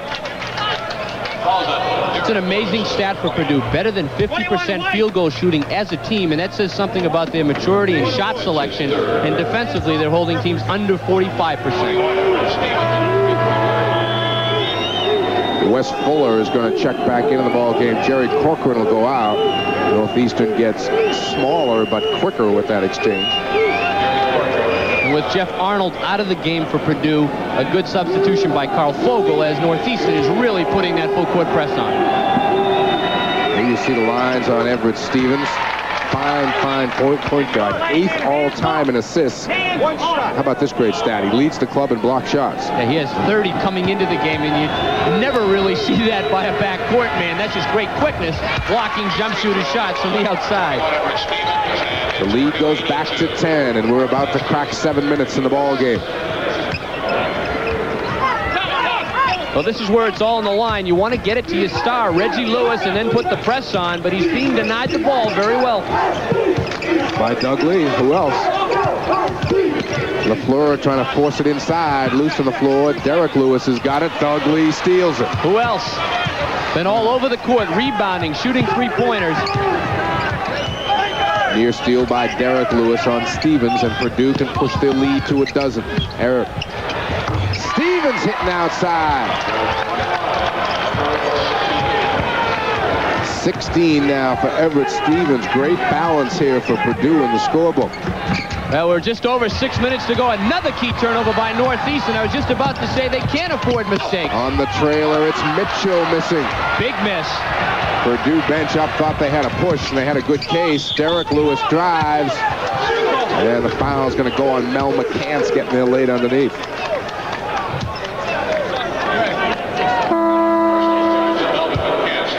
Well, this is the critical juncture right now, Mike, for Northeastern to get themselves together, make these free throws, put the press on, and try to make that last-ditch run at Purdue. Purdue, very well coached, doing an excellent job working the ball and taking time off the clock. Do they have a run left? That's the question as we look at Gene Cady and Everett Stevens over on the Purdue bench.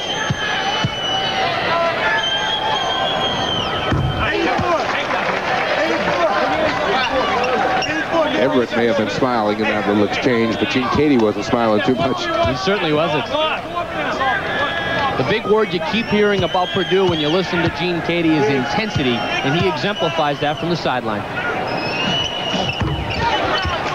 14 now for Derrick Lewis to lead back to 10. And here's the full court press. All-out gamble by Northeastern. Mitchell, a good pass to Troy Lewis to get it through. That was a dangerous pass. Anytime you throw a cross-court pass with the kind of quickness we have out here. Traveling violation on Doug Lee. First mistake I think he's made. From the East Regional at the Carrier Dome in Syracuse, where Purdue is blowing out Northeastern in the second half. Let us return to the Southeast at the Omni in Atlanta. Number 4 Clemson and number 13 Southwest Missouri State. Fred White and Dave Gavitt. Clemson in white. Kelby Stuckey, blocked by Campbell, gets the ball back.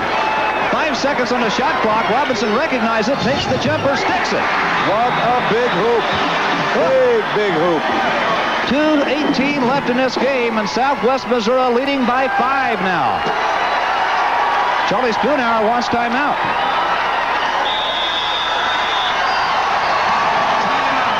And he's got it. Timeout here, 2:18 left in this game. Southwest Missouri State leading Clemson by 5. Restrictions. We will return to the Southeast Regional in Atlanta, where Southwest Missouri State leads Clemson in just a moment. But right now we want to go back to the Carrier Dome, Purdue and Northeastern. He also jumped pretty well on the court from what I can see. Purdue able to keep that lead right up over 12 here. 5 minutes now to go in the game. You see Everett Stevens is back in. Troy Lewis is going to sit down.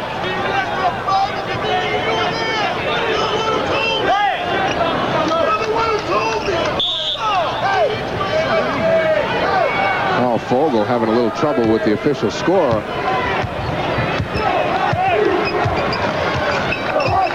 The big story right now is execution for Northeastern. Purdue with great pressure. Look how far they make Northeastern set up the offense. Derrick Lewis passes up the 3, gets fouled as the reach-in's going to go on Tony Jones. Yeah, that clearly disrupted Derrick Lewis's shot, put him at a disadvantage. Good call. Look for Northeastern to really start looking for their 3-point field goals. And there you see Northeastern has not been able to shoot the ball against this Purdue defense. Meanwhile, Purdue much better here in the second half than in the first. And in the first, they were pretty darn good. I thought for Northeastern to pull off the upset against his top-ranked Boilermaker club, they had to shoot close to 50%. And if they didn't, really dominate another phase of the game, such as rebounding.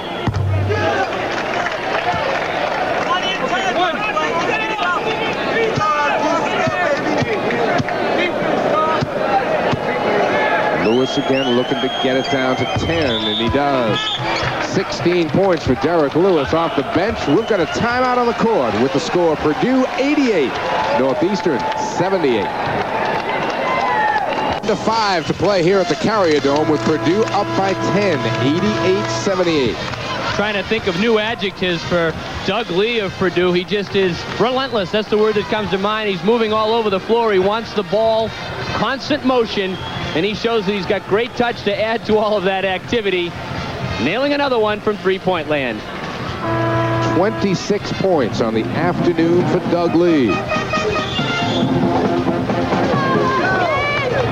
I've got him with 6 3-pointers, Mike, unofficially. Makes the inbounds pass, does all the big things for this Purdue club. Everybody talks about how young Purdue is, and indeed they are, but they will miss Lee. For Purdue to try to work the 45-second shot clock, work for the high percentage shot off of it, and they've been getting great position down low this afternoon. Mitchell short, McDuffie the rebound. Northeastern a chance to get to 8. Reggie Lewis the runner, and he draws a foul on the baseline.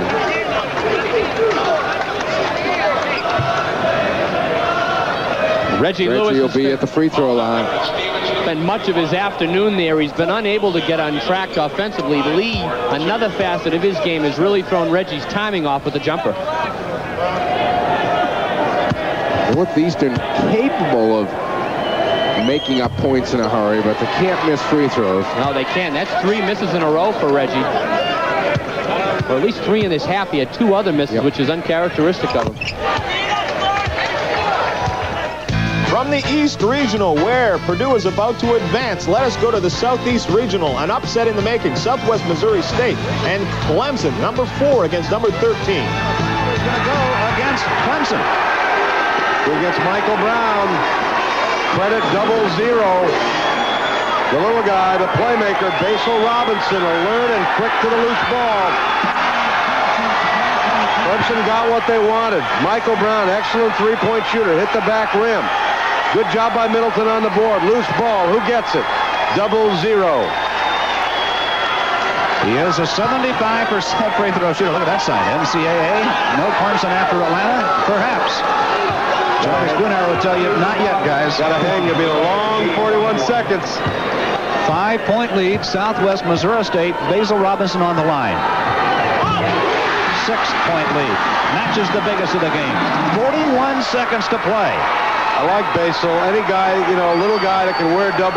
That time he gave double skin. One forward, one back on the first free throw.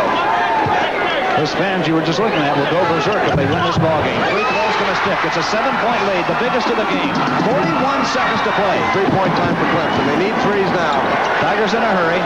Grant was at 3-point range and turned it over.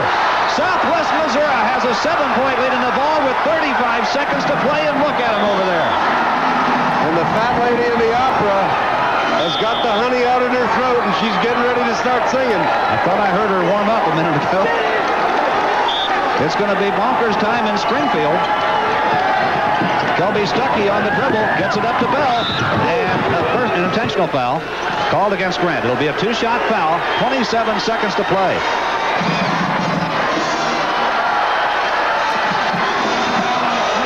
You think Charlie Spoonhour is excited?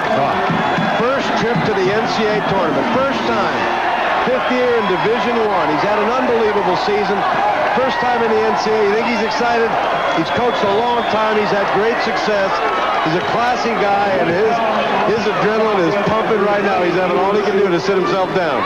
Boys and girls, that man can flat coach. Yes, he can. And he likes country music. Whatever that's worth to you tonight. We talked that one in or what? He likes the friendly rims of the Omni. Nice soft rims. It's no foul time now for the Bears. Do not foul. For the Tigers, get the three-pointer. Let's find Brown and Tate. It's an 8-point lead to Southwest Missouri State. 22 seconds left. Tate for 3. Off the rim. Holt Bettling trying to come up with a rebound. Took it out of bounds. It'll be Clemson ball with 18 seconds left to play. What an afternoon for Southwest Missouri State at the Omni in Atlanta. They're about to get it done. Brown for 3. Drilled it. Timeout Clemson. 15 seconds left in the game, and now it's a 5-point lead. Remember this, earlier this year.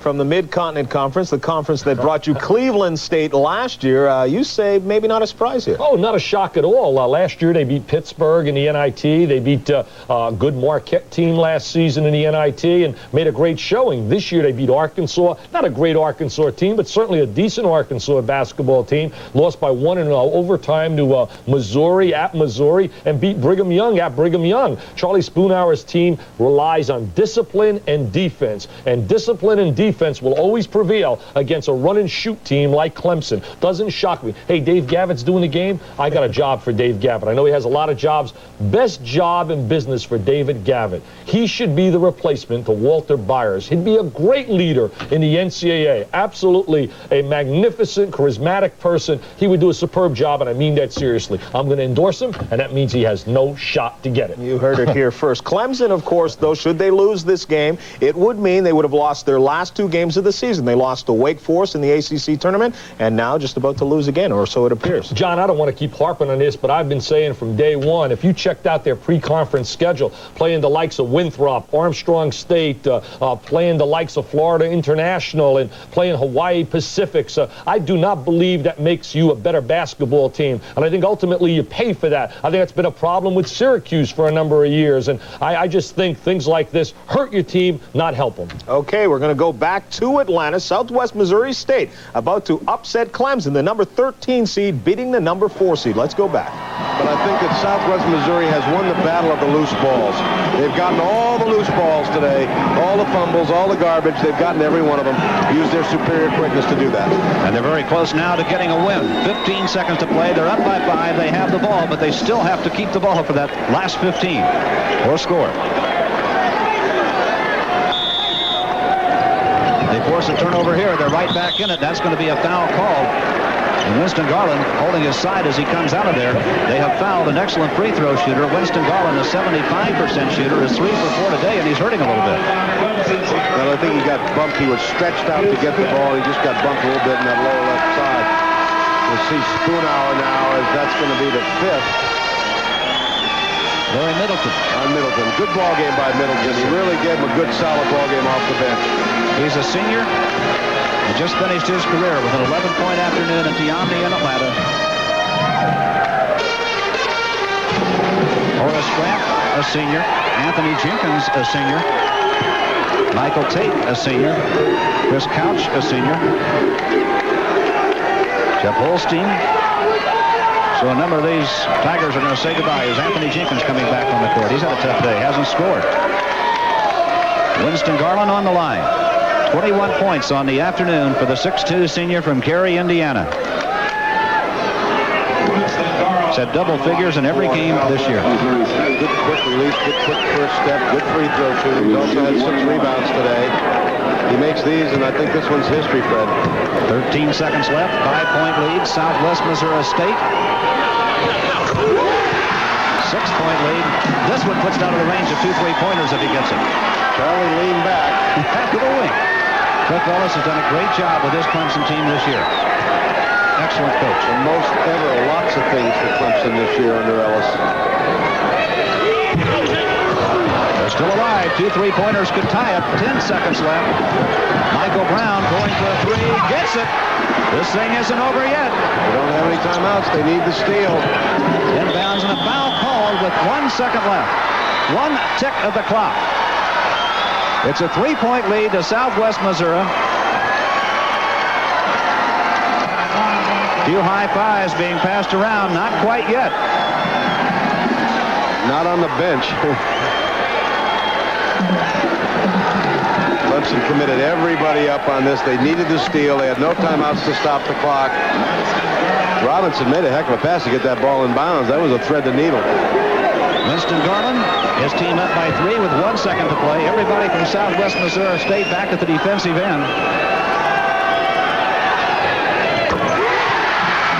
And the Bears will advance. What a great win for this school. Great win for Coach Spoonhour. Tough loss for Clemson, but a heck of a year for the Tigers. Boys and girls, they have done it. Southwest Missouri State is going to stay in Atlanta for the weekend. 1 second to play, and they are up by 5, and they are celebrating, and rightfully so. And they will meet the winner of the game to follow between Kansas and Houston in their first ever trip to the Division I championship. Charlie Spoonhour's Bears come up with a big W today. Long pass. They're going to get one last shot at it, and it doesn't go, and this one is over. Southwest Missouri State has beaten Clemson, and they advance in the Southeast Regional at the Omni in Atlanta, 65-60 Bears. Number 13, Southwest Missouri State ousting number 4, Clemson, the second team in the ACC to go out, that in the Southeast. Right now, let us go back to the Carrier Dome for the final minutes. Northeastern against Purdue. Mike Gorman, Ron Perry, 14 against 3. Purdue looking to push their lead back up, tipped away by Derrick Lewis out of bounds. Purdue keeps it 2:03 to go in the game. Northeastern had 2 chances to get this down to 5 and couldn't convert. And now Purdue 9, looking for 11, and the clock very much in their favor.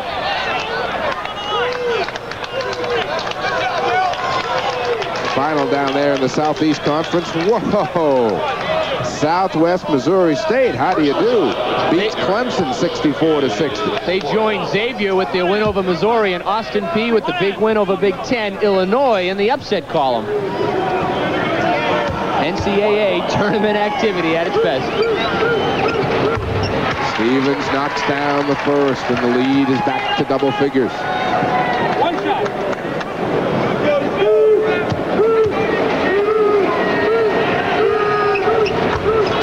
big free throw. This starting five of Purdue is solid. I mean, just solid right through. Great balance. Andre LaFleur gets the bounce. And Carl Vogel is going to start to use some of his timeouts. 17 for LaFleur. The lead is 9. With the score, Purdue 95, Northeastern 86. We'll be back.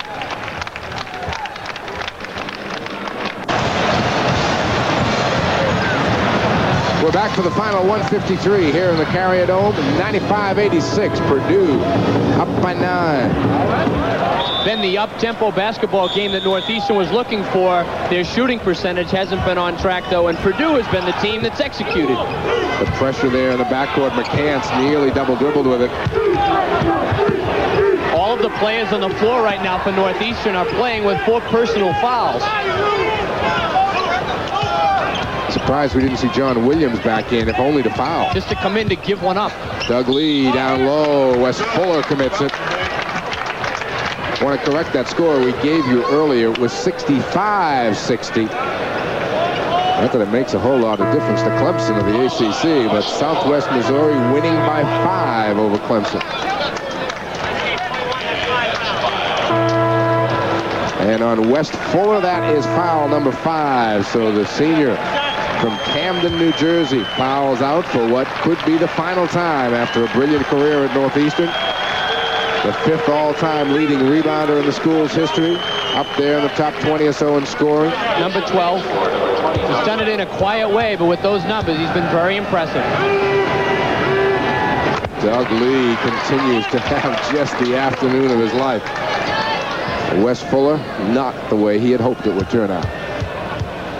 10-point Purdue lead. 11. 29 for Lee. Northeastern has to score quickly from three-point range and use their timeouts. Corcoran squeezes one up.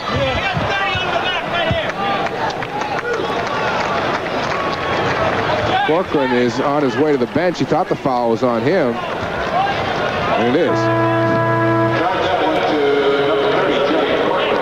McCann of Purdue thought the foul was on him. Jerry Corcoran, the second player to foul out now for Carl Vogel's clubs, fouls out with 2 points, and Purdue at the free throw line is going to have a chance to put this way out of reach. Well, we wondered early if the officials would have a slow whistle or a quick whistle. The game has been called tight. The reach-in fouls have been called, and you'd think prior to the game that would hurt Purdue more than Northeastern, but Northeastern, trying to play catch-up ball and gambling, has been the one that's really gotten into foul trouble. Ernie Hall is checked into the game, a 6'7" sophomore out of Washington. Spingarn High School, where Dave Bing played. Sherman Douglas, the fine point guard for Syracuse University, also played there. Fouling Mel Mccann has been no bargain today. Might have come in a 59% free throw shooter, but the 6'10" sophomore has more than responded at the stripe this afternoon. Duffy nearly lost it. 12-point lead. LaFleur pulls up. Stevens got a piece of the ball and a piece of LaFleur. That's why he leads the team in blocked shots. It looked like he got a good piece of that, but picked up a pot of LaFleur as well. So Andre LaFleur will step to the line, and we'd like to take this opportunity to thank NCAA Basketball Committee Representative Jim Delaney, who was with us at halftime, the tournament manager up here at the Carrier Dome, Chet Gladchuck, and the tournament media coordinator, Larry Kimball. From Purdue University, Athletic Director George King Jr., Head Basketball Coach Gene Cady, and Sports Information Director Mark Adams, who was a big help to us. And from Northeastern, Athletic Director Erwin Cohen, Head Basketball Coach Carl Vogel and his staff, and Sports Information Director Jack Grinold, who again was a big help to Ron Perry and I in our preparation for today's game. And Reggie Lewis commits foul number 5. 98-88, Purdue by 10, and the brilliant career of Reggie Lewis has come to an end, it would appear, at Northeastern. With 1:17 to play, his team down 10. Lewis fouls out with 23 points. He certainly has had a brilliant career. Number 9 all-time on the NCAA scoring list. Obviously not a high moment for him right now, playing in his final game, but what a career he's had for the Huskies of Northeastern. And Troy Lewis, who in this game has moved from 10th to 9th on the all-time Purdue scoring list, will be at the line. A chance to not only get his average, but get himself over 20 points if he makes this next free throw. Really superior balance on the Purdue team and execution as you look at the winning and losing sides, and you can see the different expressions that does bring to the players. Troy Lewis, automatic at the stripe. Andre LaFleur coming right back, kicks it out. John Williams looking for three, won't get down. Ernie Hall, a rebound, puts it up on the run, and he draws a foul from Everett Stevens.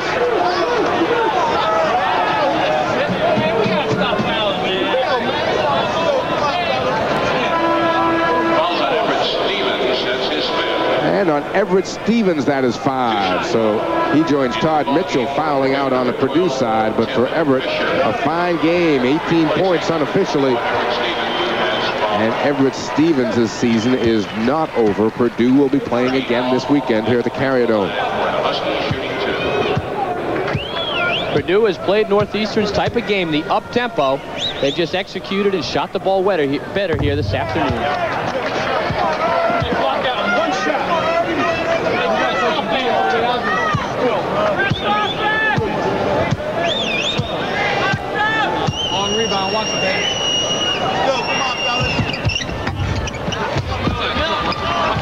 Mel McCann's kind of ripped that off, didn't he? Authoritative rebound.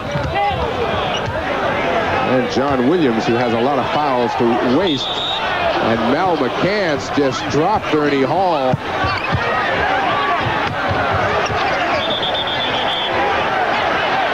You don't like to see this end this way. Some frustration out there on the part of the players. I did not see what started the altercation. I will tell you, Mel McCann's floored Ernie Hall. Well, we saw that part of it with the right hand thrown by McCann's, but I didn't see either what precipitated that.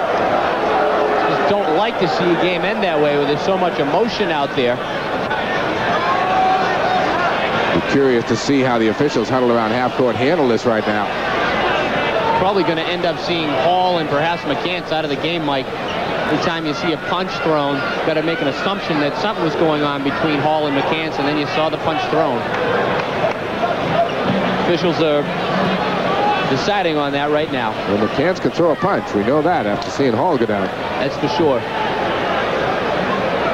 The other reason you don't necessarily want to see those players in the game is you just don't want to see anything like that happen with the last minute to go in the game. Both coaches talking it over with Don Rutledge. Again, Rutledge, who was an official in the last 2 national championship games, is going to take, I would guess, quick control of this situation.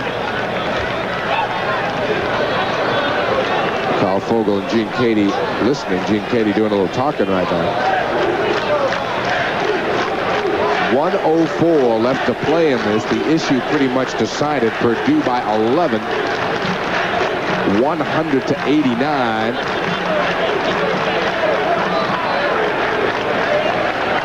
And Gene Cady right now having a few words with his team. This is what you call taking charge of the situation. And Mel McCann is going to be tossed from the game.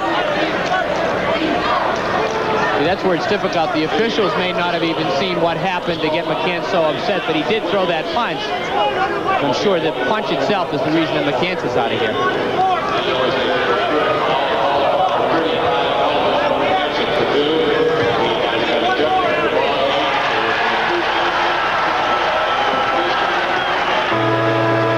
Well, Purdue bench not particularly happy with the decision, but Arnold is going to come into the ball game. Jones is fouled on the play, so he'll get the one-on-one opportunity. Remembering back, John Williams reached in on Tony Jones, so that's why he was shooting. Right at the other end, Andre LaFleur is going to go to the line and shoot a couple, it would appear. That's right. And And then is Northeastern going to get the ball? That's right. They should get it because the ejection was on the part of Purdue, so it should be Northeastern ball. LaFleur with his 18th point. He has had an exceptional offensive game. Played a good floor game, too. He hasn't turned it over.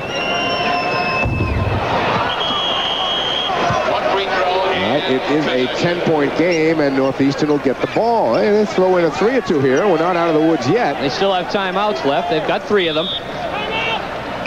Purdue uses one right here.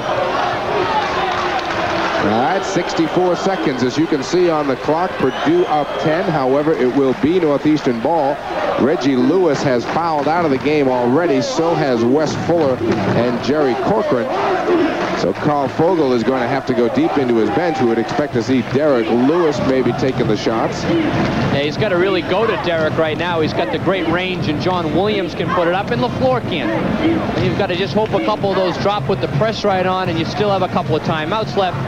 So Northeastern has shown in this game that they don't have any quit in them.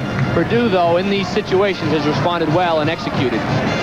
Well, Don Rutledge taking quick control of the little incidents with Mel Mccann. Again, it happened way off the ball, off the other end of the floor. Ernie Hall and Melvin Mccann. And from our vantage point here at half court, as the ball started to come up and we just started to look left, all we saw was Mel McCann's drop Ernie Hall with a right hand. And I mean, he dropped him at half court. There's Hall coming out, number 33. And he's a big kid.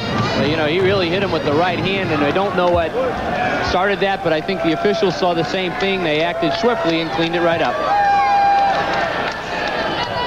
Derrick Lewis standing right above us now at inbound. Purdue a little slow coming out of the timeout huddle. Tim Fisher has come into the ball game. Purdue's going to send out Lee, Arnold, Lewis, Fisher, and Jones. McDuffie, Williams, Hall, LaFleur, and Derrick Lewis are on the floor right now for Northeastern. 1:04 to go in the game. Purdue by 10. Northeastern looking for points and looking for them in a hurry. And they still have a bunch of timeouts left, so we might be here for a while. Purdue doesn't let you get the easy three-pointer because they play that tight man-to-man defense. LaFleur takes it and hits it. Drills it.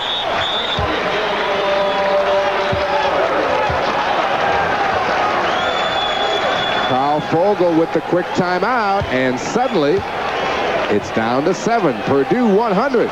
Northeastern, no, now they're calling it 2. 92. Look, I want to see other people. I just need some space. We can still be friends. See ya. The way to cool down is clear. 7 Up. It's so good coming down. Rain on me. Let it pour. 7 Up. Yes. The big news is that I've made some very important big deals. Excuse me, but there's one big deal you haven't made. Yeah, right, kid. You see, I'm talking about a deal on Sports Illustrated. Sports Illustrated? Yeah.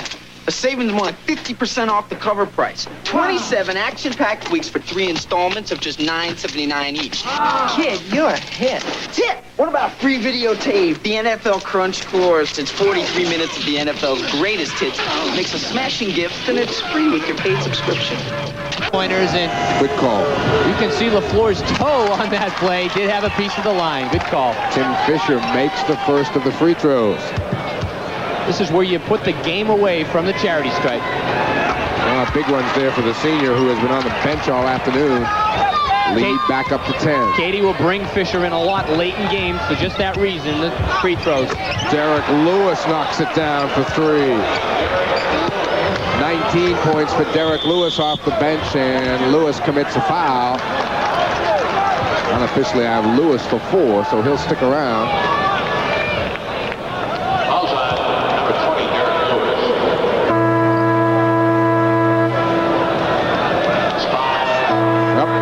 Missed one on Derrick because that is number 5. So Lewis, who gave Carl Fogel what he needed off the bench, just a sophomore, will be back with Northeastern, had 19 points, 12 of them here in the second half. Well, he'll make a lot of noise at Northeastern before he's through. An explosive scorer, the transfer from South Carolina. Done a great job for this Northeastern team off the bench, the spark plug type of player, and he did it again today. Replaced in the Northeastern lineup by Ernie. Tony Jones is going to step to the free throw line. It will be 1-1 with 45 seconds to go in the game. Purdue by 7. Big free throw here by Jones. Purdue is responding. There are people across the country that feel in a situation like this that Purdue should have a choice when they're fouled on the reach-in of whether or not to shoot the free throws or maintain possession of the ball as they do in Europe. A couple of big ones there for the freshman out of Fort Wayne, Indiana. Here comes Andre LaFleur. Good call. Ernie Hall, they're going to throw him out of the game. I think he had the arms way up on that one. He sure did. That's different than the replay we saw earlier in the half with Jeff Arnold, where he just stood there, braced himself. Hall really came up with the elbows. That's why I thought perhaps they may toss him before when he had the altercation with McCann, because this kind of thing can reoccur. He caught Troy Lewis right across the throat. Now you could call that a flagrant foul, Mike, and throw him right out of the ball game. It looks like they're just going to call it a two-shot. That's where you really can hurt someone. You don't like to see that. Let's cut it out. We don't get guys hurt. Go now. We don't go. Like this. You know what this is? Well, let's hope nothing else comes up here in the last 42 seconds. I agree with you, Ron. I think Hall should be on the bench right now. Now, just because of the fact now you think they're a Purdue player could be upset with Hall after you see that, and you just don't want that to be the way the game goes. It is a two-shot foul. If Hall had just held his position, there's a look at Ernie Hall. If he had just held his position, I mean, he had the screen. Okay. Yeah. He comes up with the elbows, though, and really catches Lewis right in the jaw. Hall rebounds the miss. Andre LaFleur gives it up. McDuffie looking for three. Fisher saves it inbounds nicely to Tony Jones, and Hall commits another foul. 30 seconds now to go. Purdue by 9. Northeastern had a lot of opportunities to get back into this ball game. Really surprised when they got in this fouling situation, Ron, that the likes of Wes Fuller, Reggie Lewis, and Derrick Lewis were all forced to commit their fifth fouls, and as a result be out of the game. Well, they went with a pressure defense. That was the tactic coming in. Northeastern wanted to pick the pace up. You know, they did that. They gambled all afternoon defensively, and the man reached in a lot, weren't able to shoot it well from the outside, so it just hasn't worked. Lewis and Arnold. Make that Hall rather than Arnold. Ernie Hall is going to be out of this game real fast, I think, there. This keeps up. 22 seconds now to go. Northeastern keeps coming up, throwing up the threes, and Ernie Hall keeps assassinating anybody who gets the rebound. Yeah, he really is. It might even be a wise move for Carl Fogel to just take the young sophomore out of here. He's got a lot of good games left in front of him for Northeastern, but in this one, he's really going after people a bit too aggressively down the stretch. Well, Hall, I'm sure, is a little still feeling the right hand from Melvin McCann. Kevin McDuffie taking three-pointers. And Ernie Hall commits another foul. Ernie could be setting a record here for fouling out in a brief period of time. 14 seconds left to play. And Doug Lee is going to get a chance to put a cap on what has been the game of his life. Getting tired of talking about negative things here. Let's get positive. What a ball game for Doug Lee, the 6'5 senior from Washington, Illinois. Unofficially, we have him for 29 of Purdue's 104 points.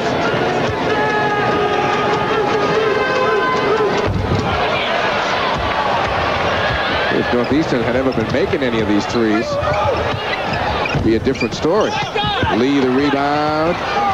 Loose underneath. McDuffie and Lee go down for it. It's going to be Purdue ball. 4 seconds left on the clock. Northeastern has struggled a bit from the field in this one, but it's been a lot of fight by both teams. Credit Purdue's execution during the game. Northeastern ought to just let this go and not bother to foul here. There it goes.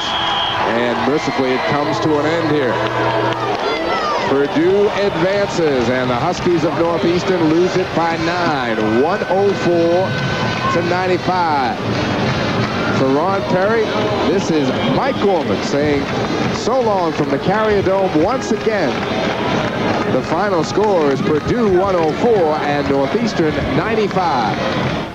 104-95 is the final score in this one. Purdue against Northeastern in a game they dragged out in the latter stages of the game. As a matter, Coach Dick, game's finally over. Maybe a rule change or two you'd like to see here. Hey, that game, there was like a minute left with about 2 o'clock, and look at the last 20 minutes. I mean, an absolute joke. I definitely have suggested time and time again, the last 4 minutes of the game, I definitely believe if a team gets fouled, they should have an option to shoot the free throw or take the ball out of bounds. That's an eternity. That presents nothing but boredom and Z'ville. And you know, when I sleep about basketball, because I'm a fanatic who could stay up all day, I mean, you know the game's a little bit in trouble at the end. Ed Stites, get your committee to change that rule. I'd like to see them change that one as well, because I don't want to have to keep waking you up as we go along. All right, let's check the brackets right now and go out to the East and see exactly where things line up as they are right now in the East bracket. Of course, Notre Dame and TCU advanced yesterday. Now Purdue has joined them. Florida and NC State, that game is coming up in just a while, and the winner of that game will go again to face Purdue.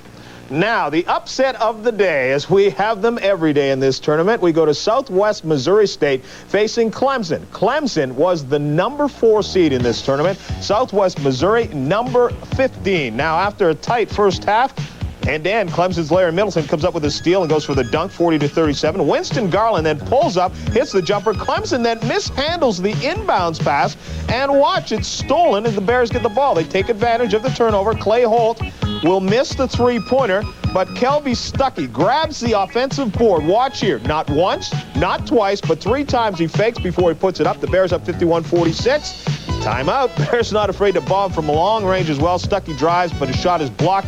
Winston Garland comes up with a loose ball and buries it. The Bears go on to win 65-60. Head coach Charlie Spoonhour celebrating, and he knew he would get a chance to celebrate in this one, 65-60. But now we want to go back to Springfield earlier, before the tournament even started. Southwest Missouri State coach Charlie Spoonhour at a pep rally saying that they would be around for a little while. And the only thing I know about tournaments like this, there are a lot of people who are satisfied